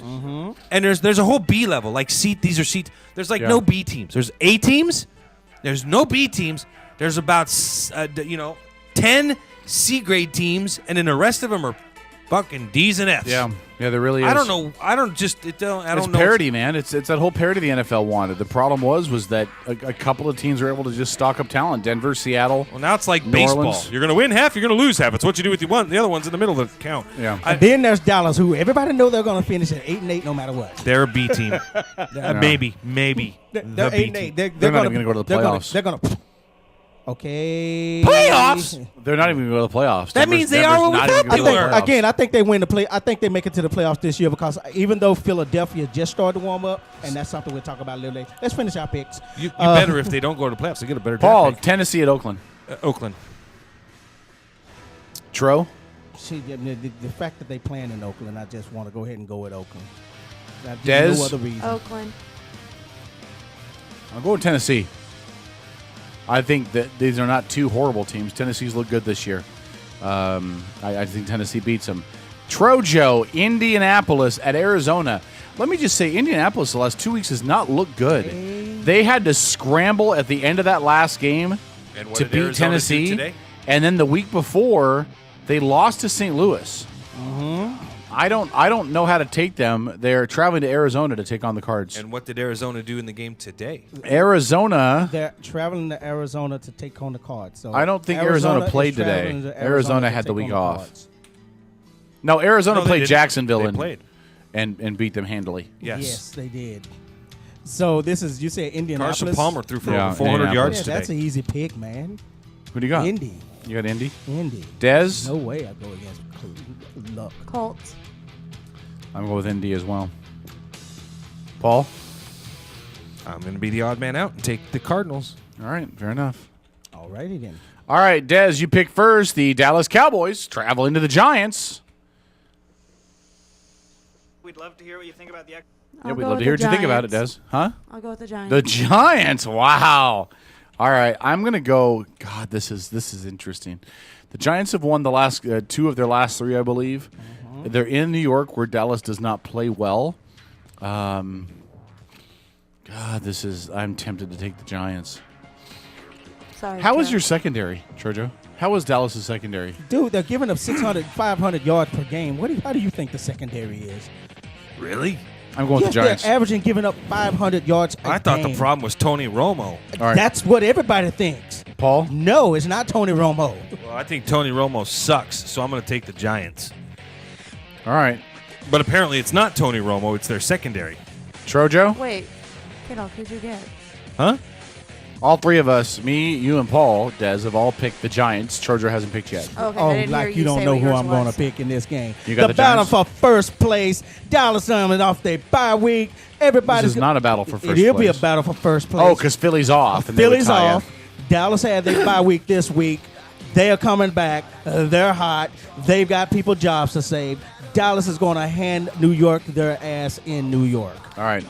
And the Sunday night game is a You big could be game. right about it. Wouldn't surprise me. Big game Sunday night. Denver traveling to New England to take on the Ooh, Patriots. now Think about this how messed up Denver's be the schedule game. is. Kansas City, New England, Kansas City. That's murder row right there. I mean, they didn't know at the beginning of the Just year. imagine But, if they win all 3. yeah. All right, I'm picking first. I'm going with New England. I don't think Tom Brady can get any more hype than if he's going up against Peyton Manning, and it's in Foxborough. If it was in Denver, I'd go the other way. Paul?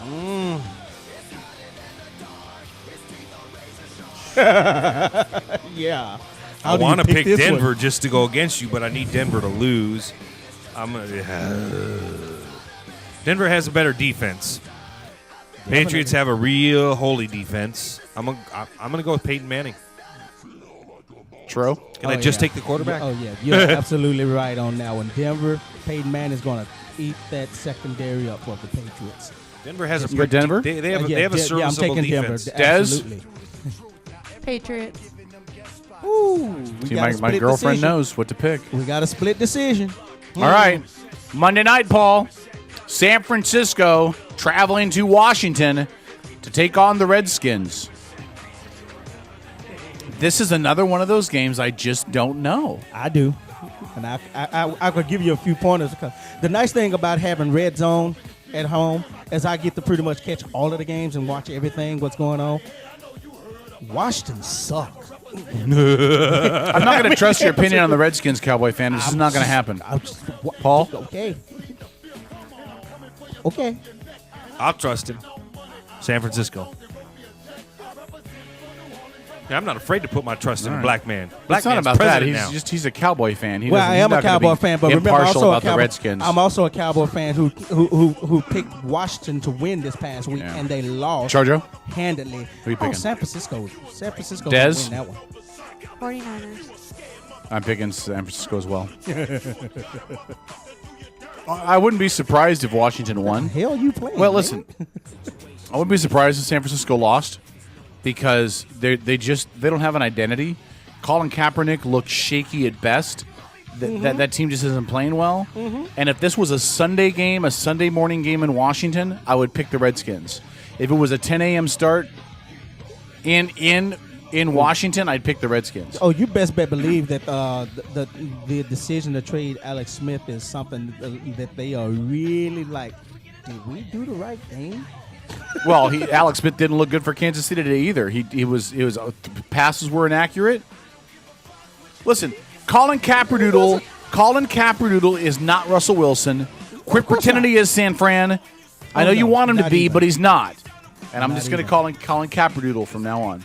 Double down, Trojo. Here are your games. Here's your options. Every week we give everybody a chance to pick a game and double down on it. I'll just make it easy on you. I'm believing in my Cowboys this week. All right. Desi, here's the games to pick from. You ready? Yeah. We have Green Bay, Minnesota. Chicago, St. Louis. Jacksonville, Houston, Tennessee, Oakland, Indianapolis, Arizona. The Giants in Dallas, New England, and Denver. I'll go with the Raiders. All right, she's got Oakland. I'm going to go with, gosh. This is tough. There's no game that jumps. Usually there's a game that jumps out at me every week that makes me think, this is just an easy pick. Indianapolis would have been that, but they've just been so horrible lately. I'm going to go with New England. Paul? Pittsburgh. Over Cleveland. All right, fair enough. All right, so that's our games for the week. Ben Rapelessberger has something to prove. That's our games for the week. Thank you for being a part of the show. Did you get the double down for Tro? Yeah. Oh, Tro picked first. He said Dallas. My bad. Yeah. Oh, yeah, he got it. So top of the hour is next, and then we have my double down? You want to pick Seattle for this week for your double down? Yeah. No. Yeah. Top of the hour is next, and then we'll have the last call. Again, remember, we want to thank Megamouth Mindy Byers for being the sponsor of our NFL Picks contest. Thank her for nothing. Remember, when it comes to fumbling balls, Megamouth Mindy Byers. We'll take the break. When we come back from break, it'll be time for the last call. And I'm going to share a story about drag queens. Actually, this is pretty funny. Interesting. I don't get it. I don't understand. So stick around. Outlaw Radio Network's last call is next. St. Paul, the voice of reason. K-Dog, the loose cannon. Trojo, the In the Dallas Cowboys fan. house. He's the only Cowboy fan who's not currently in prison. Outstanding. Stay tuned. Wow.